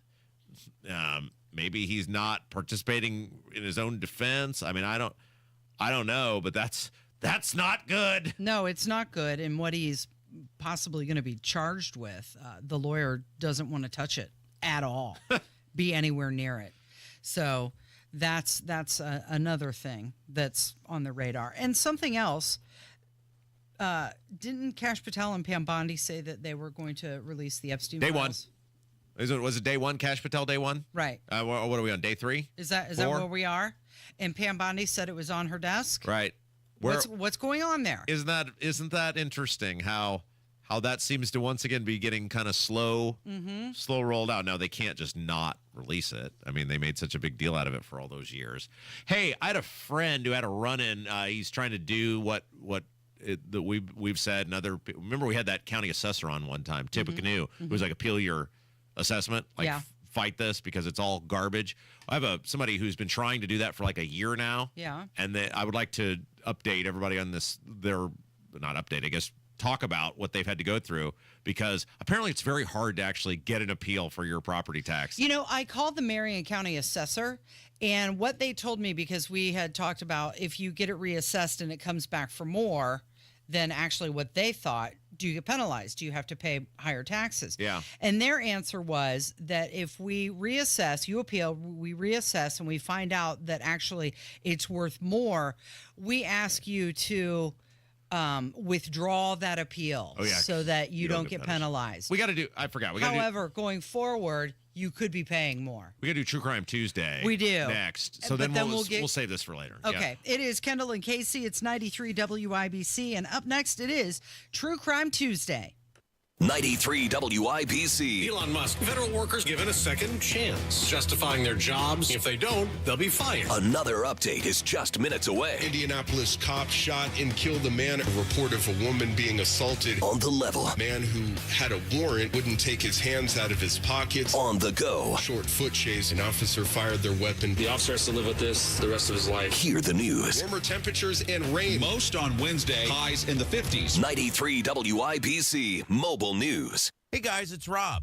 Yesterday, Sean from Save a Tree came to my house, and we put our heads together and came up with a plan to make my lawn weed-free and picture-perfect, the envy of the neighborhood. Save a Tree are the tree, shrub, and lawn experts. And I'm so excited now that they've been to my house that Save a Tree is going to be in charge of making my yard look great after some tough winter weather. Can't wait to see my yard thriving thanks to Save a Tree and enjoy it all summer long. I think this could be the best home upgrade I've ever made. So Save a Tree's now been to my house. They've come up with a plan, and they can do the same for you. See how beautiful your yard can be. Set up your own evaluation at saveatree.com. That's SAVATREE.com. Or dial pound 250 on your smart device and say the keyword Save a Tree. That's pound 250 keyword Save a Tree. SAVATREE.com. Tell them Rob sent you. It's time to throw your overpriced big wireless contract overboard with a qualifying plan. You can choose an iPhone 14 or a Samsung Galaxy for $0. Pure Talk's U.S. customer service team will make the switch in as little as 10 minutes. No hassle, no gimmicks, just honest-to-goodness wireless price right. Dial pound 250, say the keywords Pure Talk, claim your new iPhone or Galaxy with a qualifying purchase from Pure Talk, which is America's wireless company. Visit puretalk.com for details. Premier Deck Coating, the ultimate deck protection. Who are they? Well, they're a sister company of Rhino Shield, and Premier Deck Coating is the product you need if you're tired of applying the same old stain and paint every couple of years to your deck. It's Terry, Stacy, and David and I have a deck that's probably 25 years old. The countless hours and the money that we spend on maintaining that deck never ends. And then we heard about Premier Deck Coating. Family owned, based right here in Indy, and they are going to completely transform our deck with their special formulated product, which repels moisture, scratch resistant in virtually any color that we want, and backed by a 10-year guarantee. No more spending time staining or painting every year. Premier Deck Coating will keep our deck looking great for years to come. Premier Deck Coating can also do fences and pergolas too. For a free quote, call 317-696-4071 or visit premierdeckcoating.com. Go now to bwindow.com and receive $400 off per window and $250 off any patio or entry door, plus 2.99% financing. Kendall and Casey present True Crime Tuesday on 93 WIBC. Casey, it is that time. It is. It's Tuesday. And you know what we do at this time on Tuesdays, Rob? We delve into the underworld. Yes, we do. It's True Crime Tuesday. World of crime and murder and yes, the worst humanity has to offer, which some people would describe our show as. Yes, every Tuesday at this time, we take a look back at a case that captivated the imagination. Some you may be aware of, some you may not. And whenever possible, we try to stay close to home here in Indiana. We do that today. We have another great local author that'll be with us. His name is Stephen Terrell, and this is a story about an Indiana man. It's called The Madness of John Terrell. Stephen joins us now. Stephen, hello. Hello. Good morning. All right, so tell us about the book that you wrote, The Madness of John Terrell, Revenge and Insanity on Trial in the Heartland. Tell us about the book. Well, during the pandemic, I was doing some family tree research, and I stumbled on a story that despite all of the family stories that were handed down, this one was never spoken of. It was the murder by my great uncle of his son-in-law, which made newspapers clear across the country, including the front page of the New York Times and the Boston Globe and as far west as Butte, Montana. All right, so so he was from Wells County. Where is Wells County for people who may not be intricately familiar with their Indiana map? Okay, Wells County is the county that is directly south of Allen County in Fort Wayne. Its county seat is Boston. Mm-hmm. So you're an attorney, you write a lot of books, and you were during COVID, like most of us, you had just too much time on your hands. You started looking into this, and you said, I'm related to that guy. Yes. Yeah, it was a story I'd never heard of, and I stumbled on it when I was looking at his death notice, and it was headlines in the Muncie newspaper. I was on newspapers.com, and the story started talking about the death of the notorious murderer John Terrell, and how the case had been one of the more noted cases in early 1900s Indiana. All right, so John Terrell did something most men have wanted to do at some point, Casey. He killed his son-in-law. Well, that's what I was wondering, Stephen. Could you tell us, is this the case of a cold-blooded murderer or a loving father who was driven insane? Well, that's the question the book discusses. I'm not sure it answers it. One jury did answer it. The event, to understand the events, you sort of have to understand the background. John was perhaps the wealthiest man in Wells County. Oil was discovered on his property during the oil boom of the 1890s. And despite that, Wells County was not named after oil wells. But he was a wealthy man, an established businessman, and he had 3 daughters, all of whom had difficulty with love. When it comes to Lucy, his youngest daughter, she ended up in a relationship, let's use the vernacular, she ended up getting knocked up by a young man.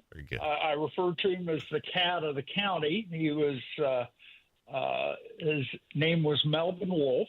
He had already knocked up one young lady. Seems that life in the late 1800s, early 1900s wasn't quite what a lot of us think of it as being. And anyway, there was a forced marriage that really didn't take. Lucy went to live with Melvin at the home of his parents, where she was horribly abused. He tried to force her to have an abortion. He he abused her in various ways. One of the more interesting things she testified about at the trial was finding Melvin in bed with his stepsister. And ultimately, it reached the point where Lucy attempted suicide. It sounds like this guy might have had it coming. I mean, we never condone violence on this program. Sounds like it. But, Stephen, you had said that Lucy was forced into a marriage. Was she forced into that marriage by her father? Well, he was forced into the marriage. She wanted to marry Melvin. Got it. Because she didn't want to be a young girl who was pregnant out of having wedlock. A baby out. Sure. Right.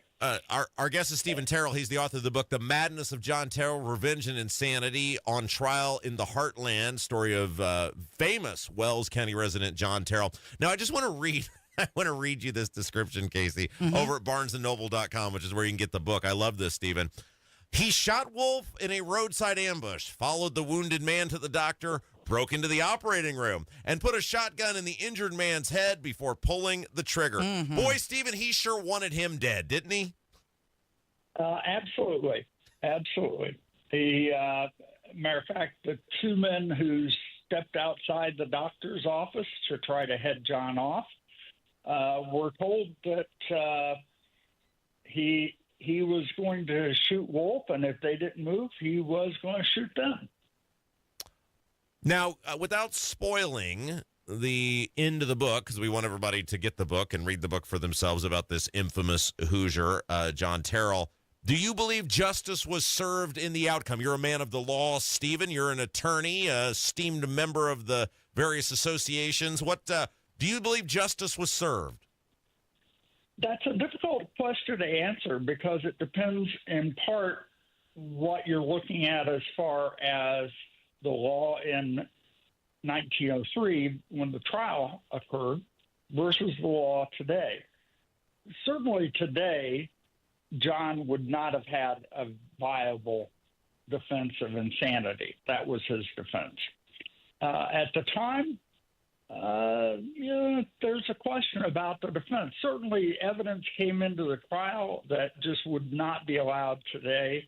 For example, John was an atheist, which is an interesting thing because his father and his grandfather, my grandfather and great-grandfather, were both of Methodist preachers.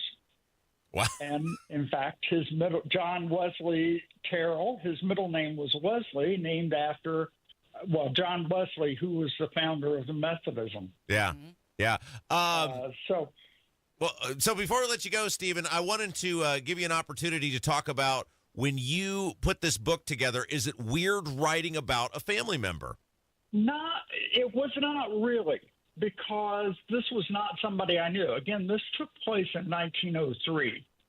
There's reasons why he's my great uncle, because they're a big generation in my family. My dad was born in 1900. But it wasn't somebody that I knew. It wasn't somebody I had even knew people who knew him. So you weren't able to ask family members? No. There were no people that I knew who were living. Now, since this has happened, John's great-grandson has approached me. Actually, several of his great-grandsons have approached me, and we've talked. They've all really appreciated the book, and we've shared some stories, and I actually talked to one of them who knew Lucy, who's the woman involved, and knew her when he was a young man, and she was quite elderly. So it's been fascinating meeting them and hearing some different stories. But no, I was not able to talk to anybody who actually knew John and knew Lucy before writing this book. The book is The Madness of John. Go ahead, Stephen. I should add, though, I did find the transcript, the 2,500-page transcript of the trial in the Indiana Archives. So I had not only the newspaper accounts, which were quite vivid and extensive, but I also had the actual trial transcript and had the actual words of Lucy, the actual words of John Terrell, the actual words of Melvin's father, all of these people who witnessed the events. Their testimony was in the transcript. So it was having firsthand accounts, even though I didn't personally interview them. All right, the book is The Madness of John Terrell, Revenge and Insanity on Trial in the Heartland. Stephen Terrell is the author. I know you can get it at Barnes & Noble, anywhere you get your books. Is that right, Stephen? Yes, it's at Amazon, Walmart, Barnes & Noble. All your regular places. Choose to buy your books. Yes, Stephen, thanks, man. Tell us about this rather infamous and, at least in the northern part of the state, somewhat legendary murder that took place here in the state of Indiana. Stephen Terrell, thank you. Thank you. Yeah, it's True Crime Tuesday with Kendall and Casey on 93 WIBC. 93 WIBC Mobile News. On the level, on the go. We're halfway home, so now what? The sky is sunny, the radar clear, 48 degrees in downtown Indy. Today's high, 58. I'm John Herrick. Here's what's trending at 10:31. The legislative session at the Indiana State House is halfway over, and Indiana's Governor Mike Braun said this morning he's proud of some of the progress that's been made. We've established the Office of School Safety to keep our kids safe. Public safety, big priority for Hoosiers. He also says he'll keep working to lower property taxes and keep Indiana on track financially. A man shot by Indianapolis police this morning on the east side later died. IMPD is looking into that. And on the northwest side, Monday night, a man was shot and is seriously injured. House Speaker Mike Johnson's expected to bring a budget resolution to a floor vote today. The measure advanced out of the House Rules Committee on Monday. It's not clear yet if Johnson has the needed Republican votes to pass the measure. I'm John Herrick on the level, on the go, and on WIBC.com. Pat Sullivan here for Hope Plumbing. Have you been dreaming of kitchen updates since the new year began? My friends at Hope Plumbing want you to love your plumbing. Update your faucets, fixtures, water heaters, and more with a $100 off a $500 plus plumbing service. Make your remodel dreams or small home update wishes come true and start to love your plumbing again. Call and schedule an appointment today at 317-641-HOPE or visit them online at hopeplumbing.com. Community Health Network cares for your heart health. From heart scans and vascular screenings to complex heart procedures, you can count on our expert team for the highest quality cardiovascular care, when and where you need it. Your path to a healthy heart starts with knowing your risk. Schedule a heart scan or vascular screening today. Visit ecommunity.com/heart. Community Health Network. Exceptional care. Simply delivered. Blood, sweat, tears. At Bill Estes, we know it takes hard work and years of doing the right thing to build a business people can depend on. That's why we don't make empty promises and expect your trust. Estes earns it. From Ford F-150s and Toyota Tacomas to Ram 1500s and Chevy Silverados, we have the trucks you'll love at prices you can believe in. But don't just take our word for it. Your trust means something. Estes earns it. BillEstes.com.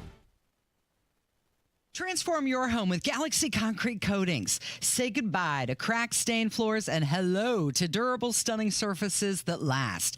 Their cutting-edge technology ensures a beautiful finish every time, and you get to pick out from their many colors. Upgrade your home today like I did. Galaxy Concrete Coatings. They're for garage floors, driveways, pool decks, and patios. They come with a lifetime warranty and one-day professional installation. Call now for a free estimate. 877-417-0635. They're also online at galaxyconcretecoatings.com. What's one of the best ways for students to learn the value of teamwork? By participating in high school sports. I'm Jace Martin from North Harrison High School. And I'm Danae Klein from South Putnam High School. Playing high school sports means being a part of something bigger than myself. I love working together with my teammates towards a common goal. It keeps me accountable, knowing my team is depending on me. It reminds me to prioritize the team's success over my own. Because it's about we, not me, and that's an important lesson to learn, on the field and in life. As teammates, we train together, we push each other, and we represent our school together. That bonds us forever. We're a team, and that means we're in this together.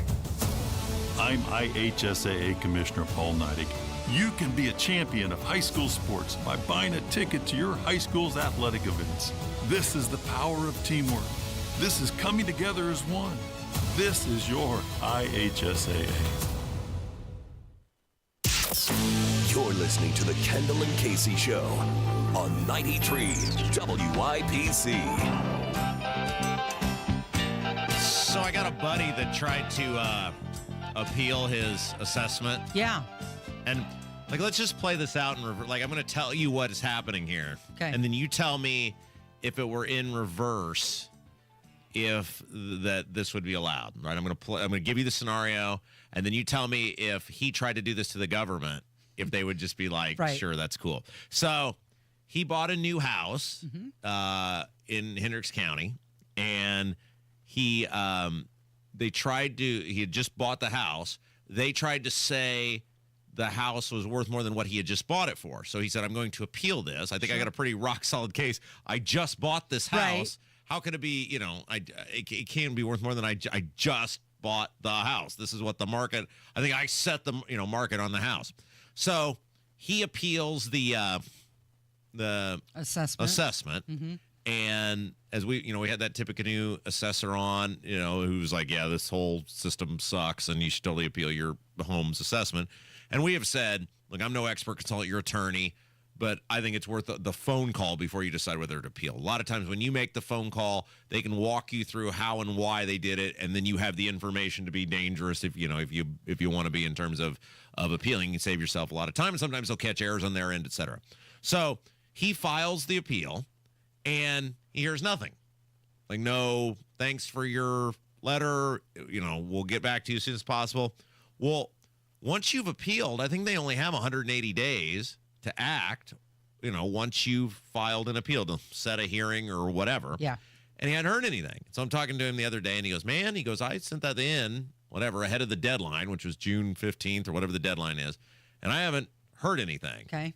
And I was like, well, it's past that 180 days. They should have taken some sort of action and told you, I think, by law. And then we were chuckling. I said, but what recourse do you actually have if they don't act? Like, they're the government. Like, what can you actually do to make them act? And he goes, well, what do you think I should do? I said, well, call over there. Maybe, did you get it? Yeah. I mean, the post office has been kind of on shaky ground lately. Mm-hmm. Maybe they'll tell you they didn't even get the thing, and you just, been sitting here all this time with your, hand up your backside when and he goes, okay, yeah, I'll do that. So he said, I called over there, and he goes, he said, yeah, they got it. Okay. But they're so backed up that they're not able to process. They're still processing appeals from 23. Wow. They haven't even gotten to 24 yet. Mm-hmm. And I said, can you imagine So he said that they then said, basically, just go ahead and pay it, and then if you win on the appeal, we'll pay you back. Yeah, basically, is kind of what he was alluding to. And I said, can you imagine if it was in reverse that you were like, well, I just got so backed up with my work, my job, my kids. I couldn't pay my bill. Yeah, I'll just pay you next year, and then I'll just pay you double next year. It'll be fine. Can you imagine what the government, would they just be like, sure? So my point that works for us. So I guess there's some board you can appeal to that your appeal isn't being heard on time. But then they have like 9 months. He said he's been doing a deep dive all morning on this. Wow. And he said they have like 9 months to respond to you. So even though he's doing something the way it's supposed to be done, the government is not operating in the fashion it's supposed to be operating in. There really is basically no recourse to force the government into operating in They'll get to it when they get to it. So at this point, he's paying, the bill on the higher price? Yeah. I mean, what choice does he have? They've said, this is your property tax bill. Right. The onus is on you to defeat that once they've said that. And then the recourse of them even operating they're not operating in the fashion they're supposed to operate in. Their reasoning is, well, we're so backed up. Then if you want to go after that, there's some other board that has 9 months to respond to you, to hold the board that's not responding in time accountable. Sure. And can you imagine, though, if the shoe were on the other foot? Yeah, I mean, I've just been too busy to pay that property tax bill. I'll get to it when I can. I'm going to need 180 days. And then 180 days later, hey, you haven't paid your property. Yeah, man, I'm just so backed up. I got work at the kids. We're still working on last year's bills. But our lawmakers think this system is fine. The Senate said this is fine. Status quo, okay, everything's cool. Just operate as is.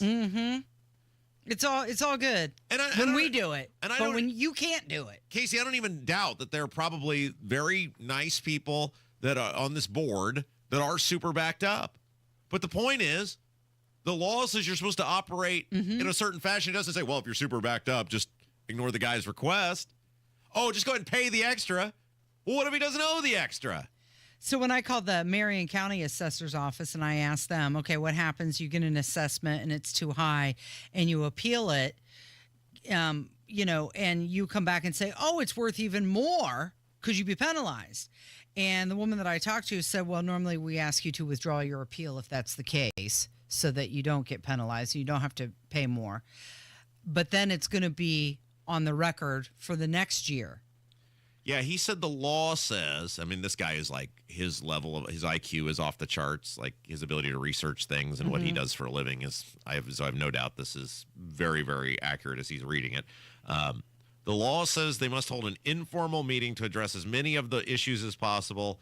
There is no time frame on that requirement. If an agreement is not reached, then they must hold a formal hearing within 180 days. Okay. But they're not so the doing 180 it. days really isn't even that firm of a number, I guess. Just willy-nilly whenever. That's your government at work for you. I mean, but again, it comes back to, and I'm not blaming anybody. I'm not saying that those are bad people. I'm sure they're, no doubt, for the 7 cents an hour they get paid to be on that board, they're getting to things as fast. The whole system sucks. And if you go to your county assessor and you talk to them offline, just like the guy who came on the radio with us, he'll tell you the system sucks too. Everybody knows the system is broke. Everybody knows the system is not working properly. Everybody knows this is not a great way to fund governments. Everybody knows the people are getting screwed. And yet the one group who has the ability to do something about it, the legislature, appears to have zero interest in actually enacting meaningful reforms that will help you. Well, maybe they'll get to it next year. They'll get to it when they can. So yesterday we played that audio clip of Ron DeSantis talking about eliminating. Real quick, I just wanted to read this real quick. So he said, they advised me I should file a second appeal this year based on the fact that I appealed the year before. They said that I would not get my determination for last year's taxes before I would have to appeal again for the next year. So let me read that again because my phone has a crack in it. So they advised me that I should file a second appeal this year based on the fact that I appealed the year before. They said that I would not get my determination for last year's taxes before I would have to appeal again for the next year. So basically they're admitting, yeah, we're just not going to get your thing. So go ahead and appeal it. Keep appealing. Eventually, you'll hear from us. Because you'd be getting screwed the next year, too, if indeed you were Right. getting screwed the year before. Exactly. Anyway, I didn't mean to. It's just going to compound on each other. It's just freaking ridiculous. And it's Yeah. ridiculous that these lawmakers know this is going on. They know the system is broken. They know people are getting screwed. They know these local governments, many of them are not acting in responsible manners with the money they're getting. And yet they're just like, just send it over to the House. Oh, you people are even lucky you got this. The bill could have, you heard Micah earlier. Well, they felt like they had to do this, or the bill was going to. You can't hate. I know this is the theme for our show now, but you cannot hate these people enough. So we played the audio clip of Ron DeSantis yesterday talking about eliminating property taxes in Florida. And now Vivek Ramaswamy, he has officially announced his run for governor in Ohio, and he wants to eliminate income and property taxes in Ohio as well. And how would he pay for the? Did he go into? See, this is How's he going to pay for right? the, How's he the going schools to pay and for the and the snowplows and the streetlights and the libraries? See, this is where it's like two things can be true at the same time. You can say, and this is what's so damn frustrating about these local government people, is they won't have an honest conversation with you. Like, they will not have an honest conversation, and the honest conversation looks like this. I recognize you need policemen. I recognize you need a fire department. I recognize you need street plows, and I recognize we need the ability to pave roads. I recognize that we need water and sewer plants. I get all of those things. But the honest conversation would be, how do we do those things? And you also don't need to spend $58.5 million on a taxpayer-funded hotel. Mm-hmm. That's not a necessity. The city of Noblesville will exist just fine without a $36 million arena for their G League team. So I want to have, for the Pacers G League team, I want to have an honest conversation about how we fund vital services, the schools, etc., but also say, you don't need a 10,000 person open air stadium. You don't need that. That's a want. And somebody shouldn't be in danger of losing their home or figuring out how they're going to pay groceries and their mortgage because you want these things. You want that.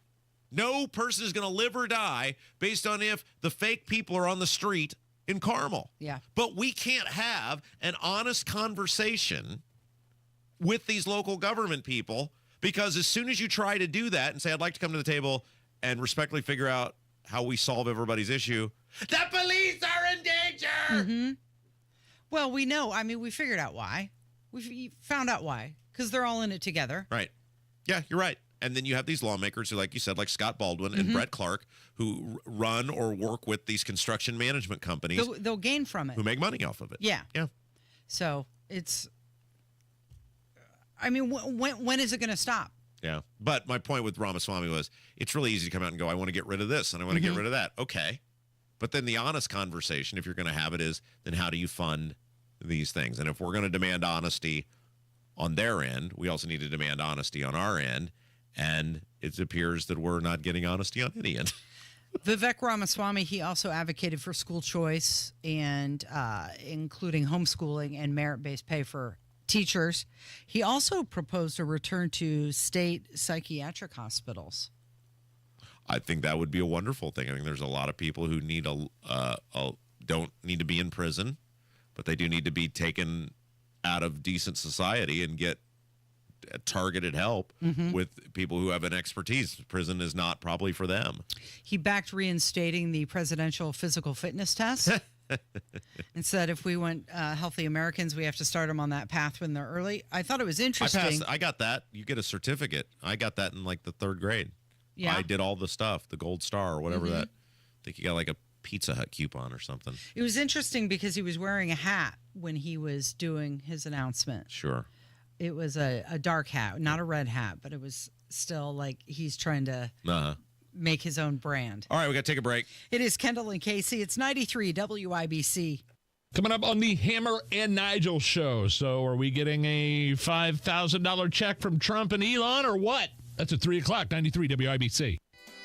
Spring in Indy, and if you hate to paint, do what your neighbor Don did. He called Rhino Shield. Well, the home was built in 1948. Paint on the aluminum siding was peeling, and I couldn't find anyone who would repaint it until I called Rhino Shield. Rhino Shield's better than paint. And the crew? Painted all my aluminum siding, and I've got a front porch that runs the whole length of the house, and all the pillars and everything. And once they were gone, I couldn't even tell that they were there. With Rhino Shield's 25-year transferable warranty, you'll never have to paint your home again. And right now, you can have Rhino Shield for 15% off the regular price. Well, I've told a lot of people, do the Rhino Shield. It's really a great product, and if you don't want to paint the house, that would be the way to go. Here's Rhino Shield's Shane Smith. This offer is limited, so call me at 888-RHINO-41. That's 888-RHINO-41. Don't paint. Don't vinyl. Go Rhino! Never paint your house again. Rhino Shield. Hey, listen, are you a 50-year-old person looking for term life insurance? Then you need to talk to Bob. Bob specializes in helping people find $1 million or more of term life insurance for a couple of $100 a month. Look, you need to know there's a price war in the term life insurance business, and you may be paying too much. Call Bob, and he'll shop and see how much money he can save you. Look, this could be the last term life insurance policy you ever have. Your rates are guaranteed for the next 20 years. That's right, guaranteed level rates for the next 20 years. And if you're a smoker or your health is not perfect, Bob has great rates for you too. So for $1 million of term life insurance coverage for a couple of $100 a month, call Bob right now. 800-890-5075. 800-890-5075. 800-890-5075. That's 800-890-5075. Paid for by Term Direct. Why do so many basement companies want half the money up front? Could it be because it's easier to get than earning all your trust? At the Michaelis Corporation, they don't ask for a deposit until the job is done and you're completely satisfied. They even start with a free inspection to ensure you know exactly what your home needs without the guesswork. With over 35 years experience, they've proven that trust is built on results, not deposits. Michaelis, building trust beneath your feet. Visit michaeliscorp.com. Health gives you the ability to love more, feel more, be more. Health gives you the ability to live an extraordinary life. Because every day, no matter the challenges, is a chance to breathe, laugh until your belly aches, cry because you care so much, and experience everything that makes your life truly extraordinary. For 150 years, Franciscan Health has been there, watching extraordinary lives unfold. Love your extraordinary life. Premier Deck Coating, the ultimate deck protection. Who are they? Well, they're a sister company of Rhino Shield, and Premier Deck Coating is the product you need if you're tired of applying the same old stain and paint every couple of years to your deck. It's Terry, Stacy, and David and I have a deck that's probably 25 years old. The countless hours and the money that we spend on maintaining that deck never ends. And then we heard about Premier Deck Coating. Family owned, based right here in Indy, and they are going to completely transform our deck with their special formulated product, which repels moisture, scratch resistant in virtually any color that we want, and backed by a 10-year guarantee. No more spending time staining or painting every year. Premier Deck Coating will keep our deck looking great for years to come. Premier Deck Coating can also do fences and pergolas too.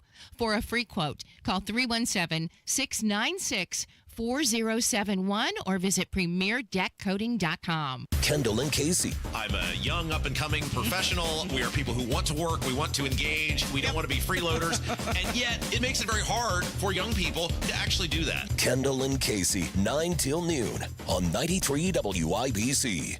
We're caught in a trap.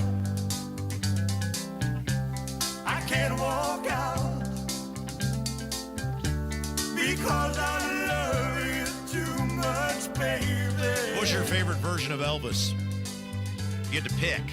Oh, boy. So you'd have, what do you have? Rockabilly Elvis, Army Elvis. That's a good one. Movie Elvis, comeback Elvis, fit jumpsuit Elvis. See, people forget. And then fat Elvis. Elvis was, like, say, 1970, 71. Still a pretty skinny, good-looking son of a gun, even though he was wearing the what became associated with the fat end-of-life Elvis. Yeah. But he was a I mean, he was a well-assembled dude, into what, probably 70, my buddy Shane, who is an Elvis historian, would know this, but probably, 73-ish, I think, is when it started going kind of downhill quick. I'm going to have to say Army Elvis, although I don't like the fact that, the whole story with him joining the Army was to clean up his reputation, that sort of thing. And then movie Elvis, they're so campy. And I don't know if you've watched an old Elvis movie lately. Oh, yeah. But in some cases, kind of inappropriate as well, some of the movies. But that's... Well, what do you mean? Well, I mean, he was... You about to besmirch the good gosh darn name of Elvis? Go ahead, lady. What was it, like Blue Hawaii, I think it was? Uh-huh. He was like spanking some 16-year-old girls. Oh. It's just now, well, you would think that's inappropriate. Look, times have changed. Right. But I'm not going to sit here and let you besmirch the name of Elvis. Uh-huh. I did like Elvis in his comeback when he did that Christmas special. Uh-huh. And he had the all-black leather suit on. See, that was a good look. Kev, you saw the Elvis movie, right? Yeah, I saw it. I didn't really care for it. Thank you, and me either, because Elvis's life was interesting enough that you didn't. They made him out to. It was like if Elvis were a superhero, and they made all these things that didn't happen. And one of the things they totally bastardized was that Christmas comeback special, which was this iconic thing, and they just made a bunch of things out that didn't happen, and it was like, why? Why would you do that? Now, is the Dylan movie? Is it that way too? No, the Dylan movie is pretty normal. It's got a normal pace to it, and it's really like a true biopic. Because I'm concerned. This is my concern. So the Bruce movie is coming out soon, Deliver Me From Nowhere, which is a book, and it's about basically his writing of the Nebraska album, which is kind of a weird thing to do, but it was a very successful book. And that is my concern is what's the guy's name? The guy that you like, you think he's very attractive. He's playing Bruce Springsteen in the movie. I don't know who's playing you him. talked is it Timothy Chalamet? No, that's the guy that played Dylan, wasn't it? Yeah, he played Dylan. No, this guy, you know him. I have no idea who he is. Jeremy Allen White? Jeremy Allen White. You're all the time, you're like, he's very, very cute. That is my concern. They're going to make it into some sort of, but I cannot imagine Bruce Springsteen would have signed on to anything with that. Anyway, so which one is it? Which is your favorite Elvis? I think it's going to have to be when he's younger. Definitely. Yeah.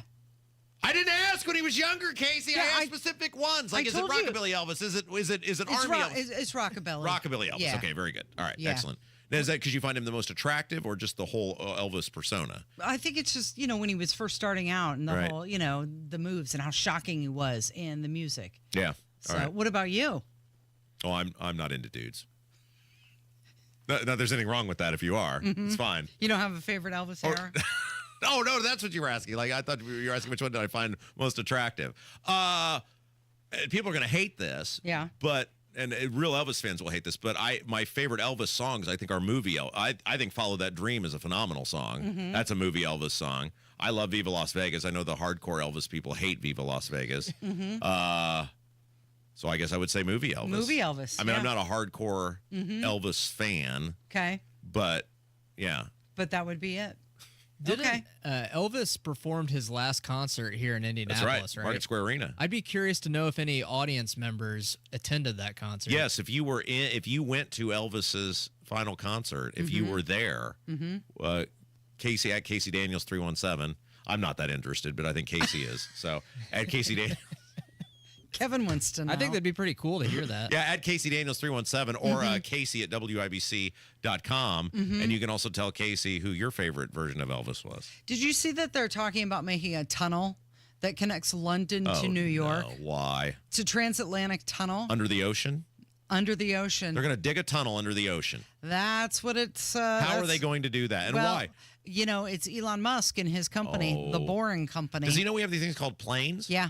They say and that boats? You'll be able to travel between London and New York in just 54 minutes. I don't believe him. It's a 3,400-mile journey. I don't believe that. You want to know the price tag for this project? How much? $19 trillion. Yeah, I don't think even Elon Musk can secure that sort of funding. Nope. It sounds like a pie-in-the-sky sort of thing. But again... Why? You have a plane. I have an airplane. I mean, I can pay. I don't know why. Kev, you've flown internationally. You've done that. Is it nerve-wracking knowing there's like a stretch where If You're that plane's over the going ocean? down, you're just done. I just watch movies to distract myself, and I'll sleep, so I don't really get nervous. I would be really freaked out that there's nowhere to go. They say that the tunnel would be used with vacuums that reduces the air get outta resistance, here. making it possible for the trains to exceed 600 miles per hour. Oh, jeez. Uh-huh. I'm starting to wear real thin with this guy. You think so? Just do the government stuff and just leave me alone. It's Kendall and Casey. It's 93 WIBC.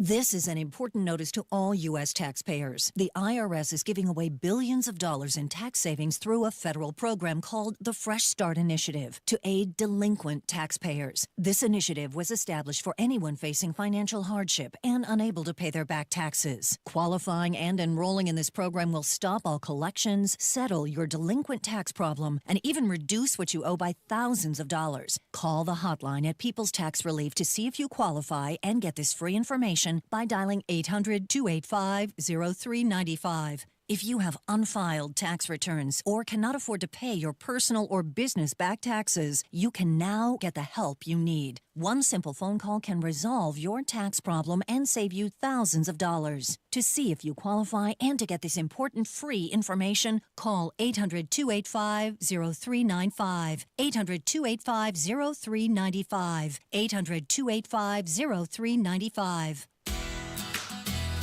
Whether you're tinkering in your garage or tackling big projects, if you know the value of working with your hands, you know Harbor Freight.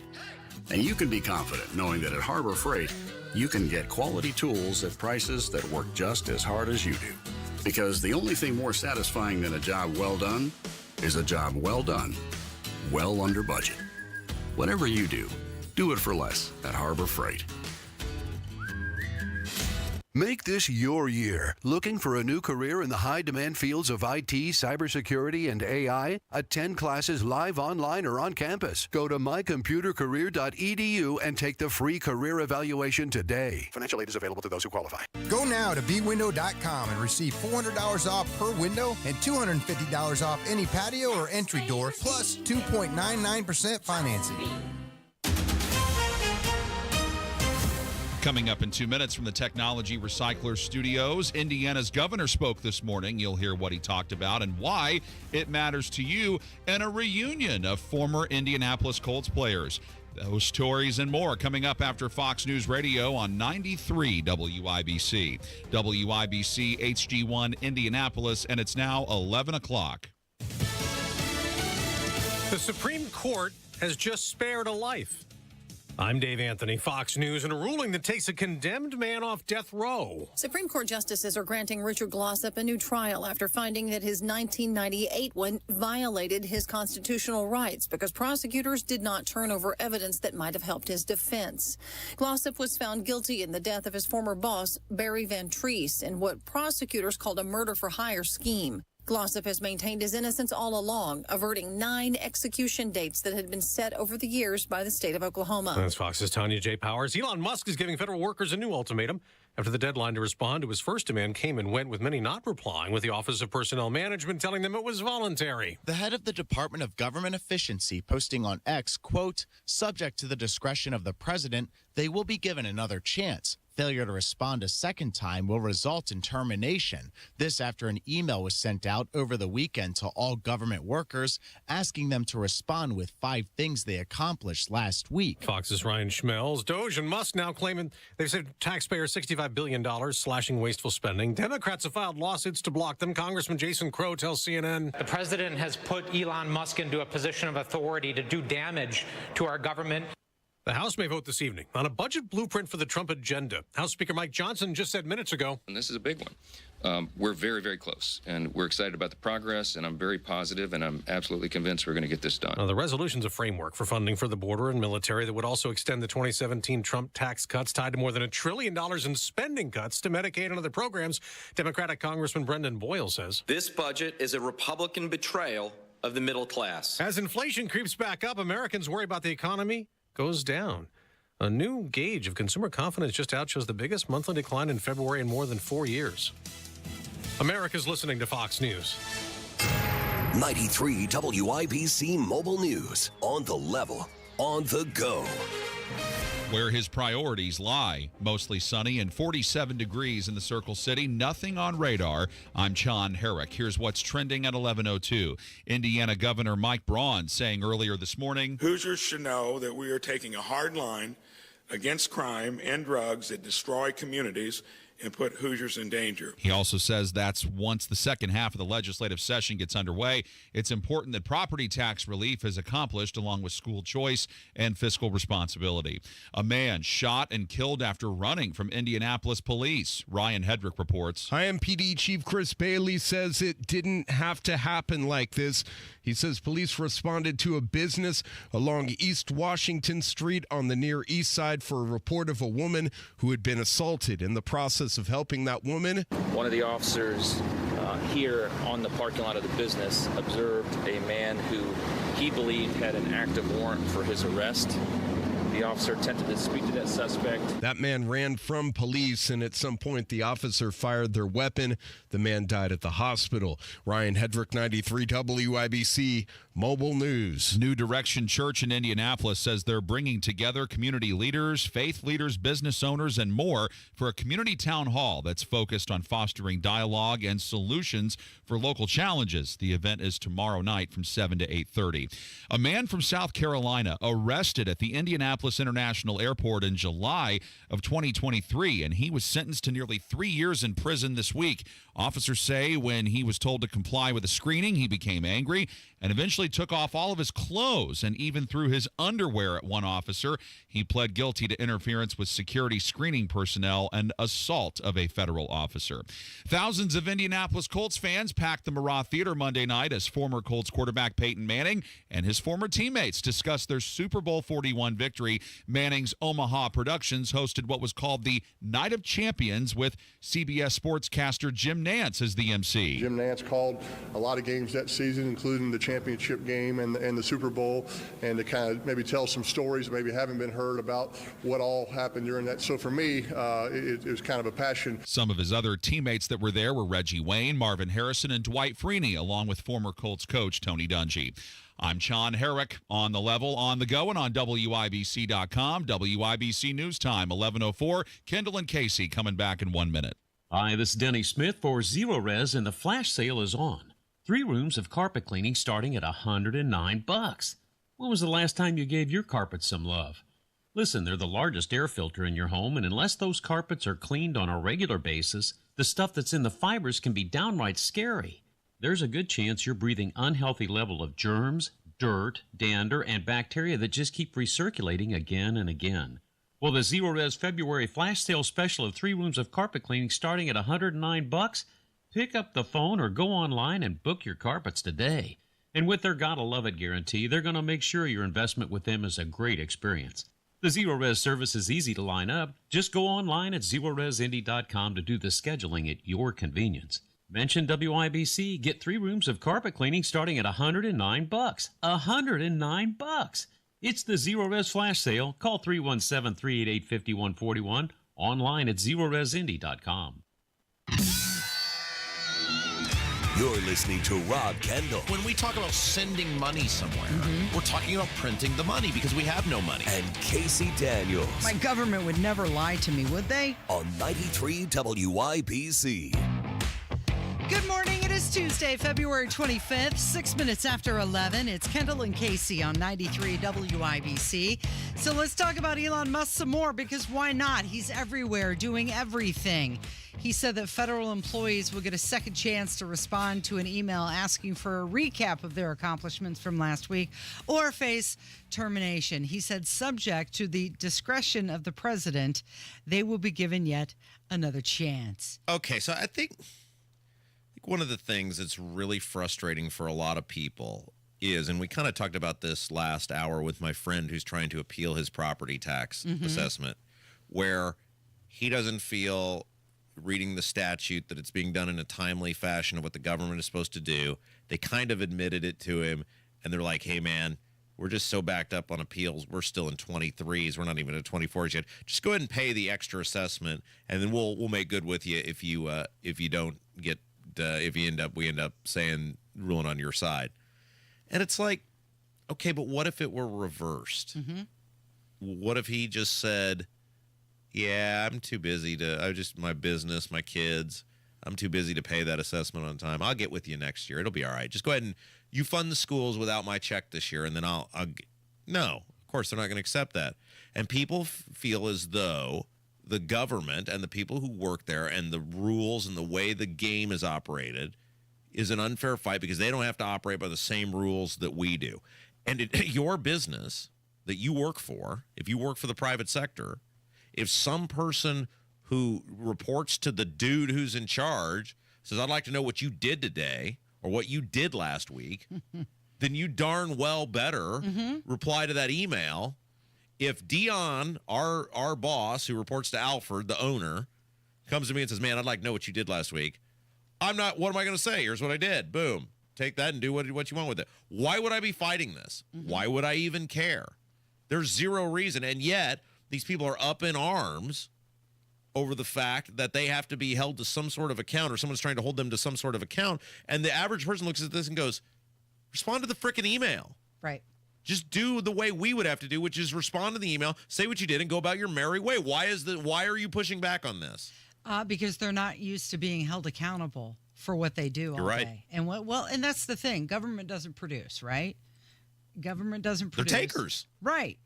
And now they're being held accountable for what do you do while you're not really producing anything, and they don't like that. I tell this story where, I had the great misfortune of spending 2 years of my life in state government. And,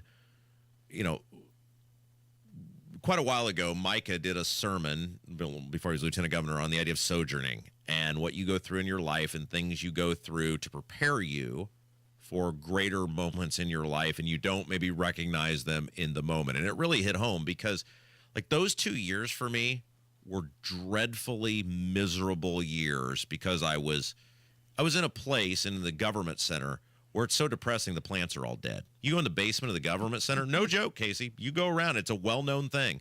You'll find just dead plants, and that's because everything dies down there. And when I was there, it was miserable for me because I was brought in under the guise of, hey, we're really looking to reform this place, the professional licensing agency. You have a business background. You did a great job in the auditor's office. We want to promote you and come down here and help us reform this place.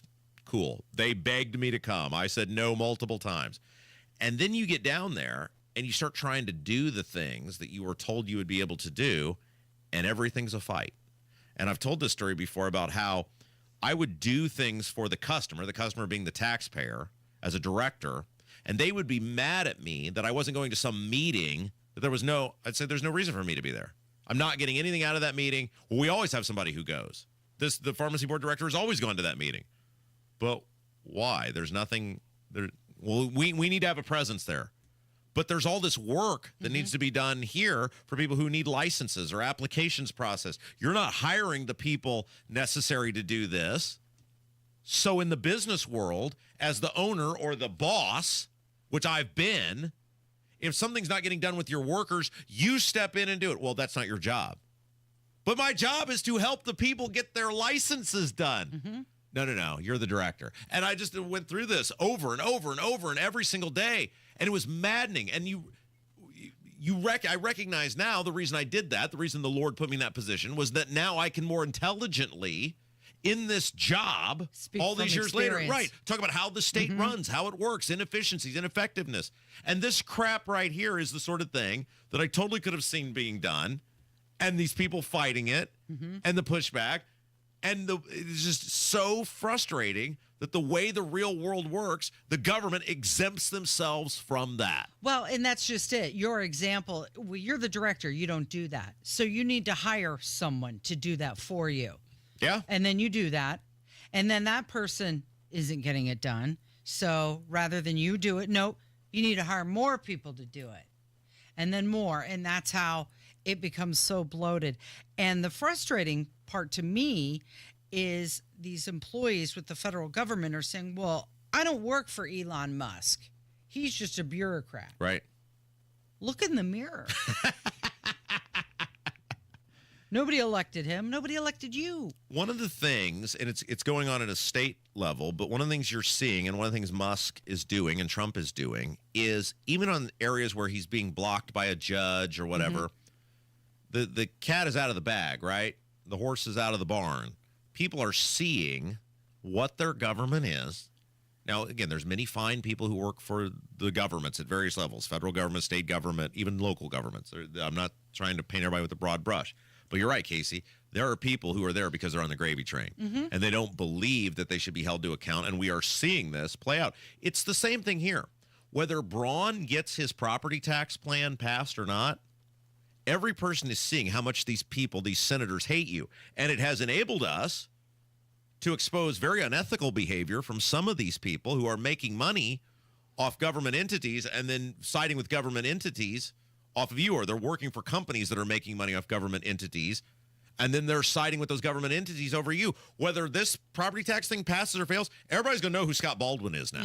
Everybody's going to know what Scott Baldwin does. When you see him at a Wendy's or a Walmart or anywhere else, you have freedom to go up to him and walk up to him and say, you suck. The fact that you're screwing me and siding with these government entities who enrich the company that you make big money off of, that sucks, and I hate you. Like you now know that. Same thing with this Brett Clark dude, who's a consultant for one of these companies, who does the same thing. Right. So whether or not you get the thing done, whether or not the thing gets accomplished, whether Musk is trying to reform the government and Trump is trying to reform the government, or in this case, we're trying to get property tax reform done, these people are being exposed. And then you have to take action on that. You have to engage. You have to get involved. You have to make a difference. If you're not going to do anything with it, then that's on you. But these things are getting exposed all over this country. Here's a federal employee who is absolutely infuriated that she was given just 48 hours to list what work she did last week. I got this email Saturday afternoon, about 3 p.m., and I felt absolutely infuriated getting this email with a demand within 48 hours to provide a response on what I did within the last week or face termination. This is clearly an attempt from Elon Musk to harass and bully and intimidate the federal workforce, which is part of his broader plan to gut the federal workforce and privatize public sector services to ensure that corporations like his own can get more profit. And that makes me really angry, and my coworkers as well. So she got the email on Saturday and couldn't put that on Monday morning when I get up and go to work, I have to do this first thing. But yet she had time to get on camera to complain about it. And why are these workers entitled to employment? Well, that's just it. It's the lifelong grift, right? Once I get in there, I got a job forever. Why are they bulletproof? Just a couple weeks ago, it made statewide news. We're not telling anybody things didn't know. Clearly, if you listen to The Fan, you know those people aren't on your favorite shows anymore. But there were multiple people who I'd worked with for several years, who I really liked, who were good broadcasters, who were knowledgeable about sports. They were run out of The Fan. Did somebody throw a national fit for those people? Demanding they get their jobs back, demanding that no, Dion or whoever, you can't do that. No, that's the way the world works. Sometimes really good people, for whatever reason, lose their jobs. And in the real world, nobody goes to federal court over those people, right? That's just the way it works. Someday the bell will toll for all of us here. We all know that. I can't believe I've made it 8 years here, right? I mean, I just every day I wake up and to me it's every day's a gift because today the day. I would have never thought I would make it 8 years. But the reality is that you can be fired or let go at any time. Sometimes it's for something you did do. Sometimes it's just economics. And so why is it with these federal government workers that they have some sort of line in the sand where they're bulletproof, but yet every other profession? Well, that's just the way it is. Yeah. Why are the government people better than us? Well, they're not, but they think they are. So another thing that happened, Donald Trump temporarily removed the Resolute desk out of the Oval Office. Now, I saw... You can remove it? You can remove it. Seems heavy. So a couple things happened over the past 24, 48 hours, I saw some bad reporting on 2 stories. One was that the Resolute desk was bugged, and that's why they were removing it. Oh? It's being refurbished. You think you could unbug it, right? You wouldn't need to take the desk out. Right? Do it while it's there in the Oval Office? I mean, I kind of picture it like, you know how if something's not working in here, they'll wait till the show's over, and then Ken or one of those guys will come in, slide under the desk when we're gone. Wouldn't they kind of do that if you needed to debug the Resolute desk? Wouldn't you wait till just Trump's on a presser somewhere or out of town trip, and they just slide in there and do that? Right. You wouldn't really need to move the desk. They Remove it. don't take all the broadcasting equipment and put it out in the hallway when they fix things. I think that seems a little conspiratorial to me. Right. And the other story was that the Eagles weren't going to... The Eagles, they weren't going to accept the invitation to go to the White House after winning the Super Bowl. They're going. But they're going. Yes. Right. Yes. Correct. What are we doing? What's coming up next? Well, that depends on you. Oh, do I have a choice? Yeah. What are my choices? You could... Do you want to talk about the woman who spent $19 on a strawberry? Or what are my other choices? Do I have other choices? You said I had a choice. You've just given me a choice. If that's what we're doing, that's fine. You just need to say that's what we're doing. Okay. Or how about how much it would cost you to stay at Michael Jordan's place in Chicago? I'll tell you what, Casey. You want to get nuts? Yeah. Why don't we do both? Okay. It's Kendall and Casey on 93 WIBC. Things are happening fast. Tariffs, ICE raid. Shrink the size of the federal government. USAID is really corrupt. Doge is using a meat axe. Uncovering things. They are going to get what they voted for. Follow the first 100 days. Industries to come back to America. The president is committed in securing a lasting peace. The U.S. will take over the Gaza Strip. Robert Kennedy Jr. confirmation is confirmed. Stay in the know. I'm Ryan Hedrick. John Harris. While you're on the go. Matt Bear with traffic on the 5. With 93 WIBC. Hi, I'm Charlie Comer from Comer & Cross Premium Garage Floor Coatings. If your garage floor looks bad with stains, cracks, and pits, it makes your entire garage look bad. And a bad epoxy job or chipping paint makes your garage or basement look worse. With one quick call to 1-800-NEW-FLOOR, I can save you $1,000 on a new Comer & Cross garage floor or basement floor during our winter sale. A Comer & Cross concrete floor coating is the gold standard. Guaranteed. A Comer & Cross garage floor won't chip, crack, or show tire lift like epoxy or paint ever. What's the Comer & Cross difference? We make it so easy. We move your stuff out for you. We fix the cracks and pits perfectly. In one day, you will love your gleaming new Comer & Cross garage floor or basement floor just in time for spring. Call us right now for $1,000 in savings during our winter sale. Operators are standing by now at 1-800-NEW-FLOOR. That's 1-800-NEW-FLOOR. Or go to COMERcross.com.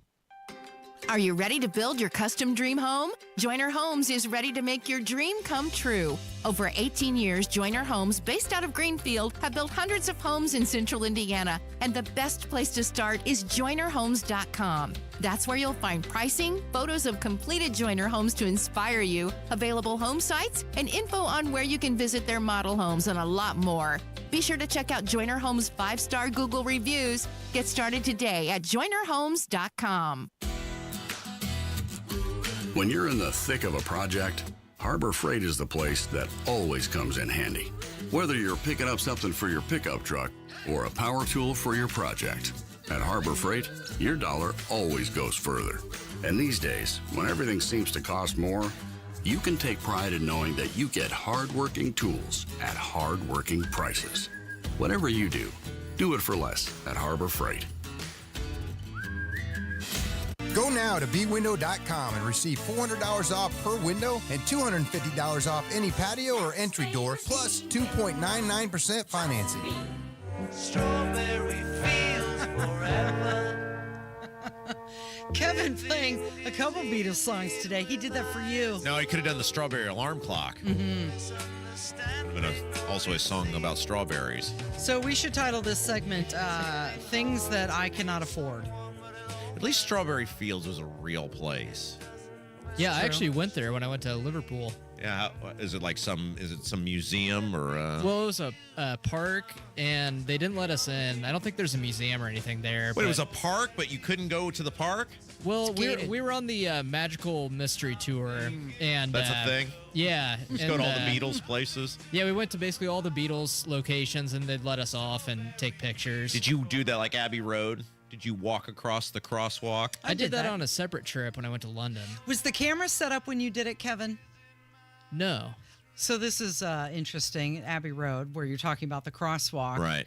They have a camera set up, a street camera. And so we went and we took one of my daughter's friends with us, and we called her mom and said, we're about to walk across. Watch us on the camera. And no so kidding. she was back in the States watching us walk across Abbey Road in England. So it's like a live stream? Mm-hmm. Oh, yeah. That's awesome. Yeah, you can watch the people doing it. Have you noticed there's cameras all over our building now? Yeah. What is that about? They're watching you. Eyes on you, Rob Kendall. What are they? I mean, is there somebody committing felonious actions in the hallways? They needed to put one in the elevator so we would know who the Pusak culprit is. Right. What is the reasoning behind the cameras going up here in the hallways? I don't know. Maybe you should ask someone. No, I don't care that much. I'm not here enough. That's true. I mean, I'm also not doing anything that I really care if people see me doing. When you were at the Abbey Road Studios, Kevin, did you sign the wall? No. I just walked across the crosswalk. Okay. What wall? There's a wall outside of the studios, and everybody writes notes. Oh. You'd think they'd run out of space. Well, I think they probably paint over it after a while. Oh, it's very much like Graceland. You can do that there, too, and write a note to Elvis. Huh. Well, do they know he's dead? He's not going to read it? Right. It's the thought that counts. Yeah. Sure. Anyway, what you played the strawberries, something with strawberries. It's a Kendall Casey show, by the way. I'm Rob. That's Casey. Kevin is our producer. What was going on with strawberries? A woman in Los Angeles spent $19 on a single strawberry. Why? This was at an upscale grocery store. We did this story a while ago about these high-end fruits. That's going to be like the next thing, whatever. Okay, but is it like the size of a basketball? It is pretty big. I would say it's more like the size of a softball. But it's an organic single berry. What does that mean when I see that all the time? This food is organic. I don't have any idea what that means. What does that even mean? It's a good question. Oh, you don't know either? No. Kev, you're a world traveler. Branding, you eat at the labeling? Russian deli. What does that even mean? I don't know. Maybe it doesn't have pesticides on it. What does that? Let me go. That's a good. Let me do this on the air here. What does focusing it on maintaining ecological balance and biodiversity? That sounds like a giant pile of crap to charge me more money. Foods labeled as organic are produced using natural processes and materials, which can include compost and natural fertilizers. Oh. Rather than chemicals. Sounds just like a reason to upcharge. Anyway, so this lady bought a softball size strawberry. What is the going rate for is it a bushel? Is that what they're called, strawberries? I buy them in the plastic container. Right. I don't know if that has a name. $4.99. Some farmer somewhere is going to be just outraged that I don't know. Is it a peck? A bushel and a peck, right? Yeah, right. Yeah. No, you're getting a container. A container. Yeah. So what? They're $4.99, Is that what they are? $5.99. It's really expensive. You know, isn't it? You know what's really expensive are cherries. You price cherry. Why are cherries so expensive? 'Cause cherries are really good for you, but they're so expensive. Anyway, I'm getting sidetracked here. Why? What did she do? I mean, okay, that softball-sized strawberry, is that the equivalent to one container of strawberries? Like, how much was she actually It'd probably being be upcharged? like 2 containers. Based on the size, you could probably put like 2 softballs. So she in one of probably those strawberry paid containers. double. She paid $19 for it. It was imported from Japan. Okay, this is a $19 strawberry from Erewhon. So we're gonna eat it. It's from Kyoto in Japan. And apparently it's like the best tasting strawberry in the entire world. So here we go. I don't even know how you open this. It's literally sitting on like a little tray. Wait. You gotta just eat it like this, right?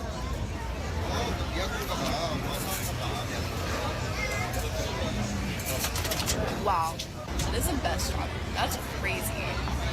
So she went on to say it was the best tasting strawberry she had ever had.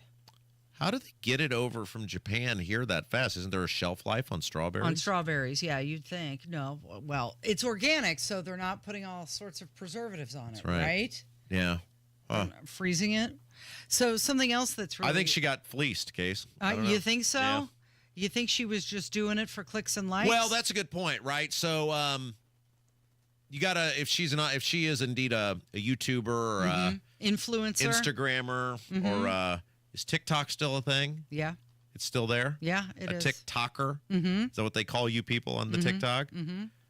Then maybe it was a pay for, right? If she got X amount of hits and monetized it, then lives in a different world than the rest of us. She's paid to do the review. Yeah. That could be.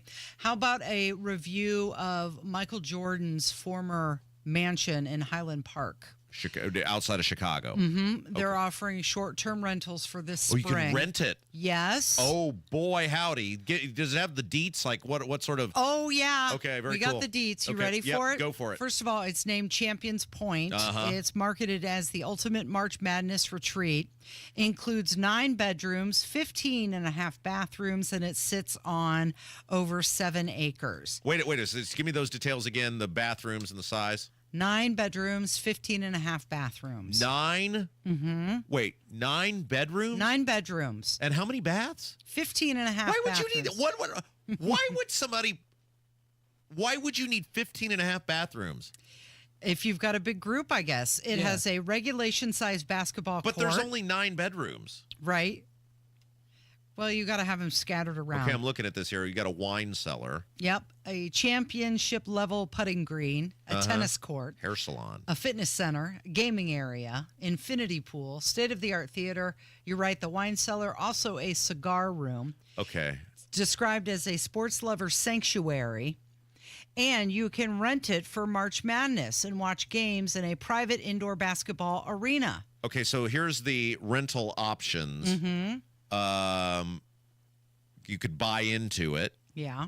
Which allows you to live there for 1 week per year. So it's like a timeshare, I guess, type of deal. You can invite up to 24 guests for whatever your fee is.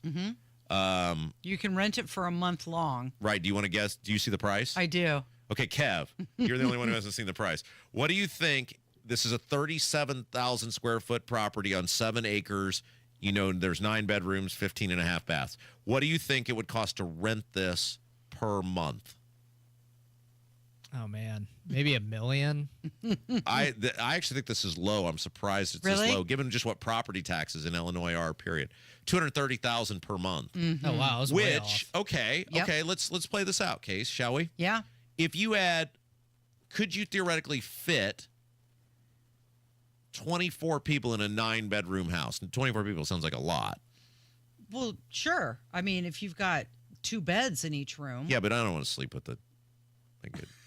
And then a not couple that there's anything wrong with that. pull-out couches. Yeah, but if you're spending, bunk beds in one of the rooms. How many people comfortably could we get in a 9.5-bedroom house? Comfortably? Really comfortably? Yeah. 9. Yeah. But then you got to, what if you brought a family? I don't know. Okay, let's just say it was 10.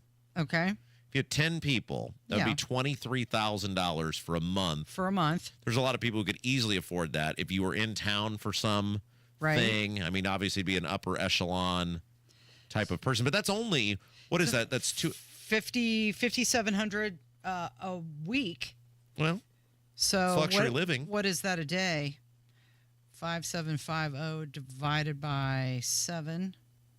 5,750 divided by 7. Why am I having issues with It's basic math, Casey. Do you know how this works? Fat fingers. Would you like me to do it? $821 a day. That's nothing to some people. There's think? a lot of people who do that. You could just say they lived in Michael Jordan's house for a while. Yeah, you could. They're renting it out specifically for March Madness, which starts on March 16th. I think you should have Jim get on this and rent that for us. He loves Michael Jordan. That's a week's pay for you. And then we could all go there and enjoy the month. Oh, you want me to pay for you to come? Yeah. But we're splitting the cost in this scenario. No. This is something you would do for me and Kev and, I mean, Anyway, we got to go to a break. It's Kendall and Casey on 93 WIBC. 93 WIBC Mobile News. On the level, on the go. Why he thinks a removal is necessary. I'm John Herrick. Here's what's trending at 11:30. A handful of congressional Republicans want to get the U.S.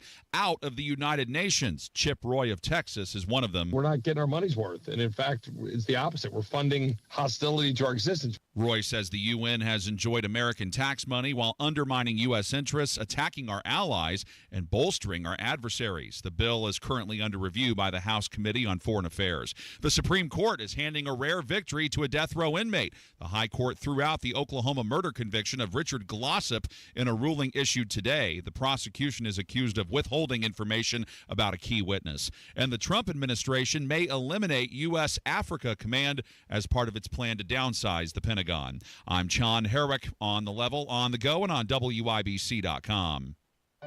Discover cancer care that empowers you at Community Health Network MD Anderson Cancer Center by offering the expert, compassionate care you need. When I was at my lowest, I would have 2 or 3 nurses come in to give me a pep talk, telling me it's okay to feel this way. It's normal, but you have us to support you and you will get through this. Learn more at ecommunity.com/cancer. Pacers Nation, let's continue this homestand strong. This is Halliburton again, and as he takes it to the hoop, he spins it in off the glass. Cheer on your blue and go this Wednesday as they battle the Raptors. Tied at 132. Siakam hits the three. 6 1/10. Pacers have the lead. Pascal Siakam looks to lead the Pacers to victory over his former team in an Eastern Conference showdown with the Raptors. Pacers, Raptors, Wednesday at 7. Hey guys, it's Rob. You know, the weather is starting to break. That means spring and summer gonna be here before you know it. And this summer, you're probably thinking to yourself, what am I gonna do with my kids? Life Church is making plans for spring and summer starting now. And they'd love for you and your family to be a part of them. We're gonna have all kinds of cool options for kids and teens, including a week-long vacation Bible school for kids and camps for kids and teens too. Research shows that ages 4 to 14 is the biggest opportunity to reach your child as it relates to the personal significance of Christ's death and resurrection. Life Church has tons of things planned for this spring and summer. They'd love for you and your family to be a part of it. Learn more about everything online, lifechurchin.com. Cold weather brings hot savings at Tom Roush Lincoln. Select 2024 Lincoln Navigators now $12,000 off and get 0% for 72 months. How about an all-new 2024 Lincoln Nautilus now $6,000 off with rates starting at 4.9% for 60 months. So get in on those hot savings at Tom Roush Lincoln in Fishers. Lincoln Navigator MSRP 104,825. Lincoln Nautilus MSRP 61,695. Offers good through February 28, 2025. Subject to credit approval. See dealer for complete offer details. COVID-19 has cast a spotlight on the stark inequalities that drive poverty. The poorest communities in the U.S. and around the world are suffering the most. Oxfam believes we can put systems in place to protect health and livelihoods in the future if we work together with dignity and compassion. Learn how you can help offer safety to the most vulnerable and fight for a more resilient future at oxfamamerica.org. Sponsored by Oxfam America.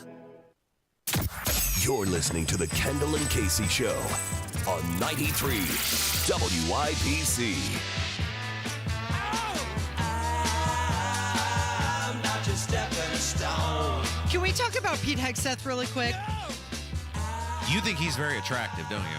Yeah, I do. It's the Kendall and Casey Show, by the way. I'm Rob. That's Casey. You think Pam Bondi's attractive? No, I just couldn't believe she's 60 years old. I don't notice people's appearances. We've already been through this. Yeah. No, I just could not believe she's 60 years old. Like, something's going on there. That is not a six. She's 60. Is that right? Mhm. Is that what it is? I think she's 59. Well, 58 or 59. Close.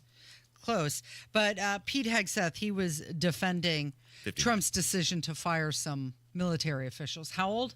59. 59. Yeah. I mean, like, Kev, remember a couple weeks ago we had this conversation about Pam Bondi, and I showed you her photo. I was like, how old would you think this person is?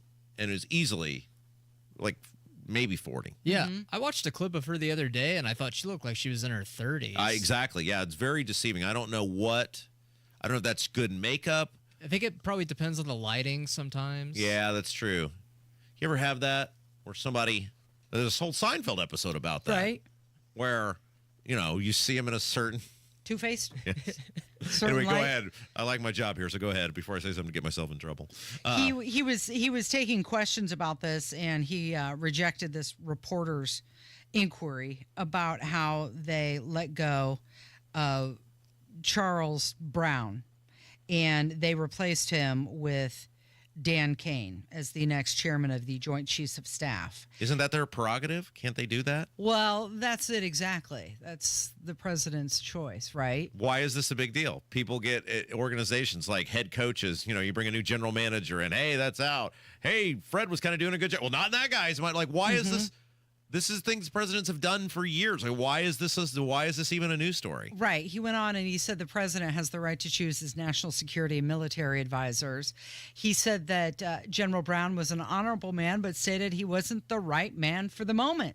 So they replaced him, but he was being asked by a reporter about it, and listen to what he said.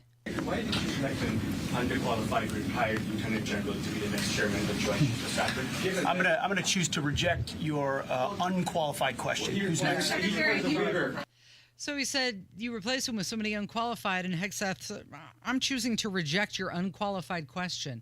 So that can be your answer going forward with things, Rob. How did they describe him? They said he's a so-and-so man. He's a fine man. He's an honorable man. He's an honorable man, but he's not the right man for the moment. Correct. That's how I hope when they let me go, you let me know what the email looks like when they send out that I'm not here anymore. So he's an honorable man. He's just not the right man for the moment. And then you can say you reject that unqualified email. That's exactly where I want to go. He was a fine man. He was just not the right man for the moment. But Pam Bondi, have you seen Laura Trump's new show, My View? It's called My View with Laura Trump. Casey, go ahead and take a guess. Do you think I've seen Laura Trump's new No, I don't TV think show? you have. She was interviewing Pam Bondi, and Pam Bondi said that she was taking down pictures of Obama and Biden outside of her office. How's it been moving into your new office? It's been interesting. So I went up on the 7th floor, which is the National Security Division. So the entire floor is a skiff, so no one can get in there. Oh. So I was able to get the code, open the door, and I look on the wall and see President Biden, Kamala Harris, and Merrick Garland's paintings still hanging. Oh, wow. Someone didn't tell them that there's a new president. I did. I personally took all 3 photos down. I'm walking down the hall with these took them pictures. down yourself? Oh, I took them down. Oh, my gosh. I'm walking down the hall. I put them in front of someone who said to me, oh, well, maintenance is really slow here. I said, well, it took me about 30 seconds to get them off the wall. Maintenance is not going to be slow anymore, I can promise you that. Yeah, and then he said, well, they don't like us touching anything. I said, well, I just did. Where did Rudy Giuliani come up with $146 million? What are you talking about? He's apparently satisfied that defamation case against him. Book sales? Speaking tour?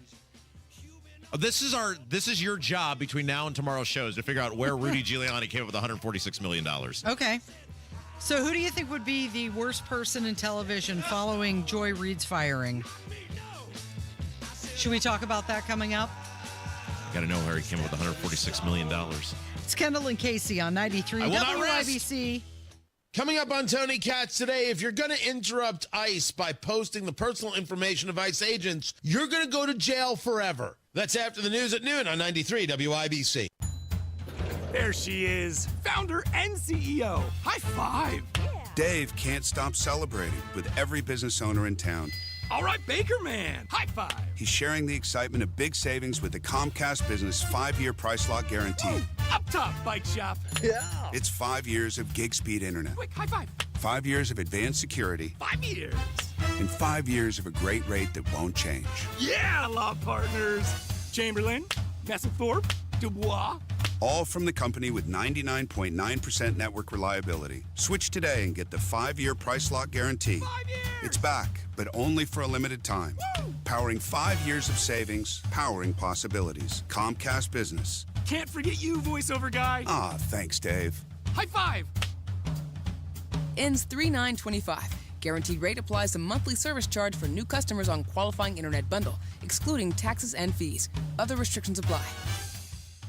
Hey, Hammer and Nigel here for Window Nation. Valentine's Day is behind us, and Groundhog's Day and President's Day are in the rear view, but there's still time to take advantage of Window Nation's amazing offer. Save 60% on all window styles and pay nothing for 2 years, only at Window Nation now through the end of February to save big on some of the best windows you could buy. To get windows that will protect your home and family for decades, get a quote on the windows that are going to stop the drafts, stop the leaks, and save you money on your utility bills every month. Save 60%, 60% on all window styles and pay nothing for 2 years. Hurry, this offer ends February 28th. Schedule that free in-home consultation by calling Window Nation at 866-90-NATION or visit windownation.com. 866-90-NATION, windownation.com. Tell them Hammer and Nigel sent you. Pat Sullivan here with Michaela of Michaelis. If you have water damage, why should you call Michaelis? Michaelis is a local family-owned Indianapolis company with 39 years experience. On call 24/7, 365. We are IICRC certified and will restore your space to pre-loss condition or better. And we work through the entire insurance process on your behalf to make it easy. Water, storms, fire, and mold. Life happens. Michaelis happens to help you through it. Text or call 844-FIX-INDY. If you're living with dry age-related macular degeneration or dry AMD, you may be at risk for developing geographic atrophy or GA. GA can be unpredictable and progress rapidly, leading to irreversible vision loss. Now there's something you can do to slow it down. Get it going slower. Izervay is proven to slow GA progression. Izervay gets GA going slower. Izervay or avacincaptad pagel is a prescription eye injection used to treat GA. Don't take it if you have an infection or active swelling in or around your eye. Izervay can cause eye infection, retinal detachment, or increased risk of wet AMD. Izervay may temporarily increase eye pressure. Your vision may be impaired after an eye injection or exam. Don't delay. Ask your doctor about Izervay today. Izervay gets GA going slower. Visit Izervay.com. That's IZERVAY.com. In almost every case, when Advent has solved a breathing triangle problem, it is a one and done. Because we don't want you to be a lifelong patient. We want you to be our next success story.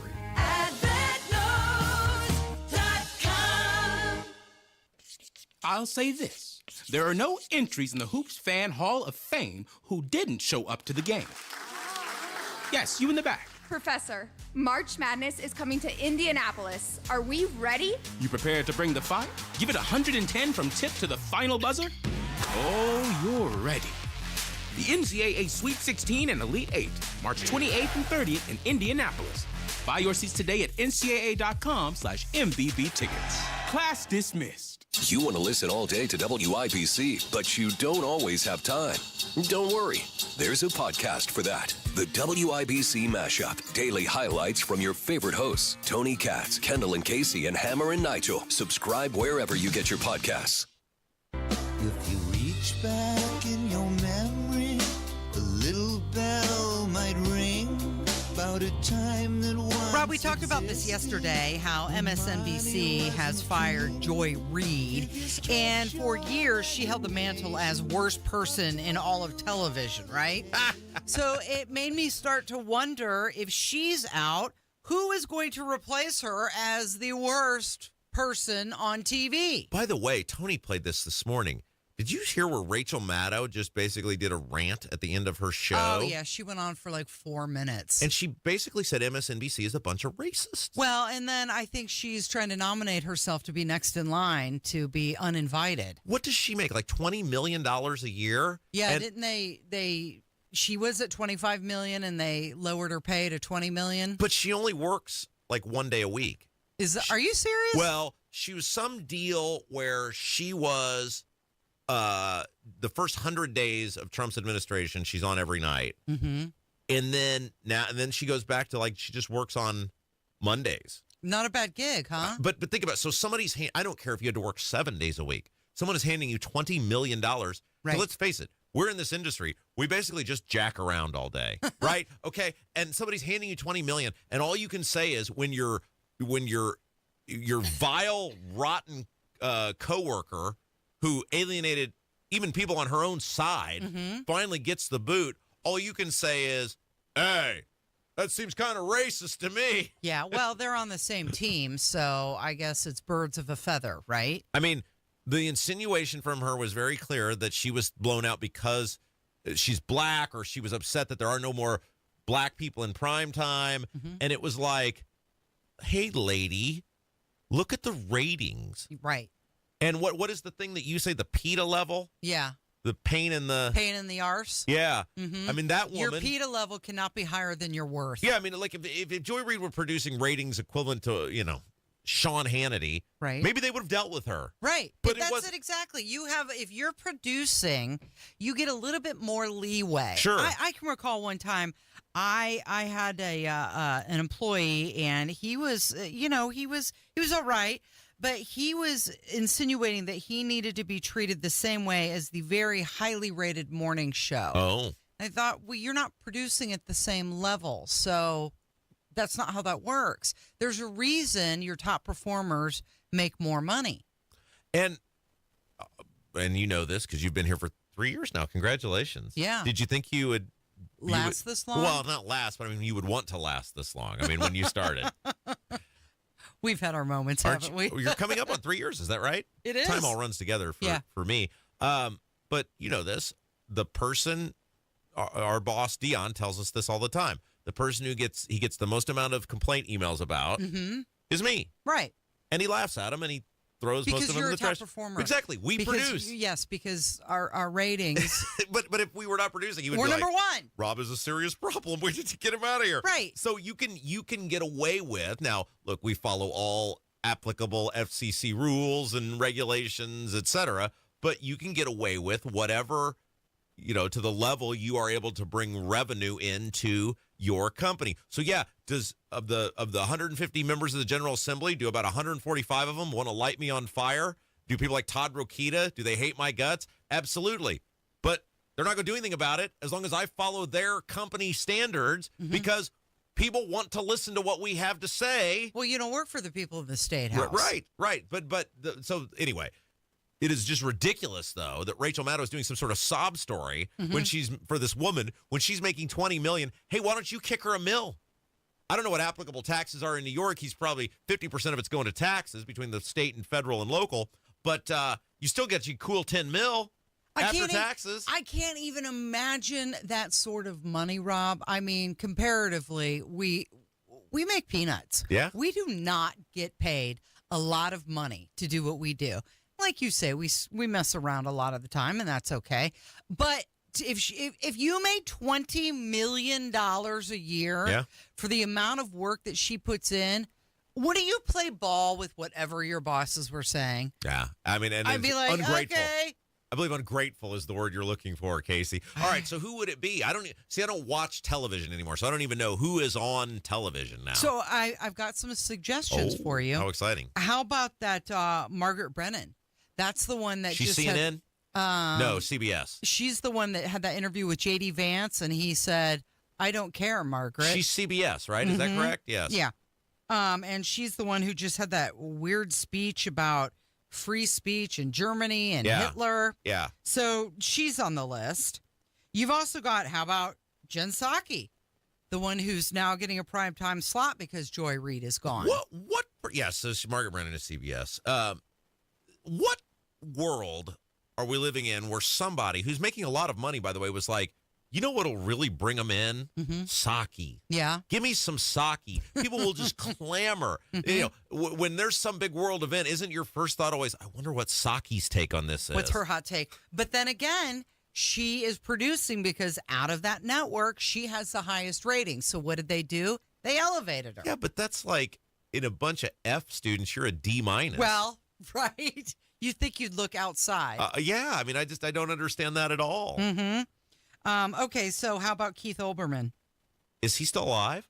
Where is he? He's not on television anymore, is he? Is he on some NBC Universal thing? What? He was. He was on TV. Well, he was on TV for years. So do we have to remove him from the list but if he's not currently on?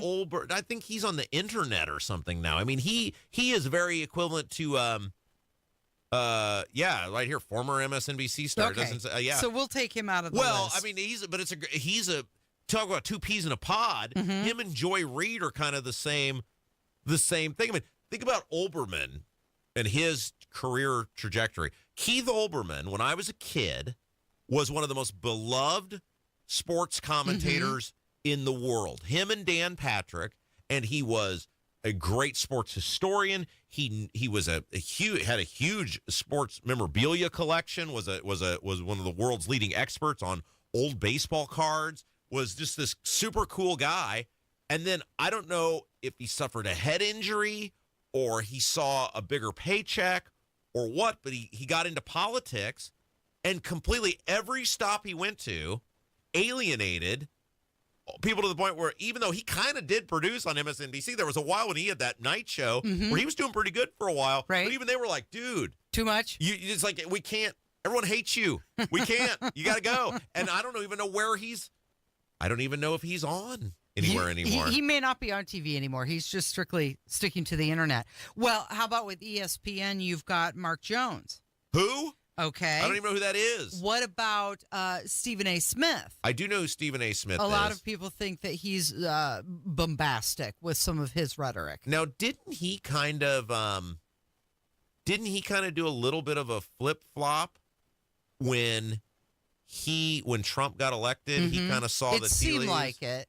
Yeah, I think he's sort of seen that. But yes, he is highly obnoxious. Okay, how about Morning Joe? Okay, the Countdown with Keith Olbermann podcast dropping Monday and Thursday a.m. I love this. This is the description of, I believe this is Keith Olbermann's actual account. This account now exists only to promote the Countdown with Keith Olbermann podcast, dropping Monday and Thursday a.m., plus bulletins. Replies will not be read. Welcome to my page. I hope you stay a while. At least he's honest about it. You can reply all you want, but I'm not gonna talk to you. By the way, here is his most recent tweet that I can see public. It's the pinned tweet. Countdown Bulletin podcast. Now, 5 different anchors of color dismissed, canceled, and MSNBC purge so brutally racist it makes you think it was done by Musk. What? Yeah. How old is Keith Olbermann? He's got to be almost 70 years old. Right? I mean, yeah, let's go. I'm going to go with 65. 66 years old. Oh, I was very good. Yeah, not he far is off. a 66-year-old man. Mm-hmm. Does he? I don't think he has kids. I don't think A he has 66-year-old baby. Is he the one who was with Ann Coulter? Was he? I don't know. I thought Okay. he dated Ann Coulter for a while. Maybe I made that up. We've got more on the list. How about Morning Joe? Oh, Laura Ingraham. That's who it was. Morning Joe. Yes, he would definitely be on that. Although, isn't he trying to play nice with everybody now? Well, right. He went down to Florida and tried to make up with Trump. You know, but a big part of this, and I know we got to go here, but a big part of this, Casey, is think about what happens, like our radio station. Some big event happens, the property tax thing or whatever. You know, every day people tune in, they're like, I can't wait to hear what Rob and Casey are going to say about this. We can't wait to see what politician Rob is going to torch. And, right. You know, like people are excited about that. Who tunes into any of these people we're naming on MSNBC or these other networks and are like, man, I can't wait. Can't wait to see what Morning Joe and Whoopi Mika Goldberg has to say or Sonny Hostin. I television is in real trouble, and I think it's because the talent is on the podcast side now. Yeah. I mean, so because there's freedom, there's to say what you want and talk about what you want, and you know, you can sell ads the way you want. And quite frankly, I would guess if you have a right business structure, you know, like those Daily Wire guys or whatever, you probably make more money in the end because you're selling directly to the advertiser versus, you know, being just a paid employee. Yeah. All right, that's going to do it for us today. Thank you, Rob. Thank you, Kevin. Thank you for listening today. This has been Kendall and Casey on 93 WIBC. Hey, guys, it's Rob. Yesterday, Sean from Save a Tree came to my house, and we put our heads together and came up with a plan to make my lawn weed-free and picture-perfect, the envy of the neighborhood. Save a Tree are the tree, shrub, and lawn experts. And I'm so excited now that they've been to my house that Save a Tree is going to be in charge of making my yard look great after some tough winter weather. Can't wait to see my yard thriving thanks to Save a Tree and enjoy it all summer long. I think this could be the best home upgrade I've ever made. So Save a Tree's now been to my house. They've come up with a plan, and they can do the same for you. See how beautiful your yard can be. Set up your own evaluation at saveatree.com. That's SAVATREE.com. Or dial pound 250 on your smart device and say the keyword Save a Tree. That's pound 250 keyword Save a Tree. SAVATREE.com. Tell them Rob sent you. Whether you're preparing for retirement, navigating a life transition, or simply wondering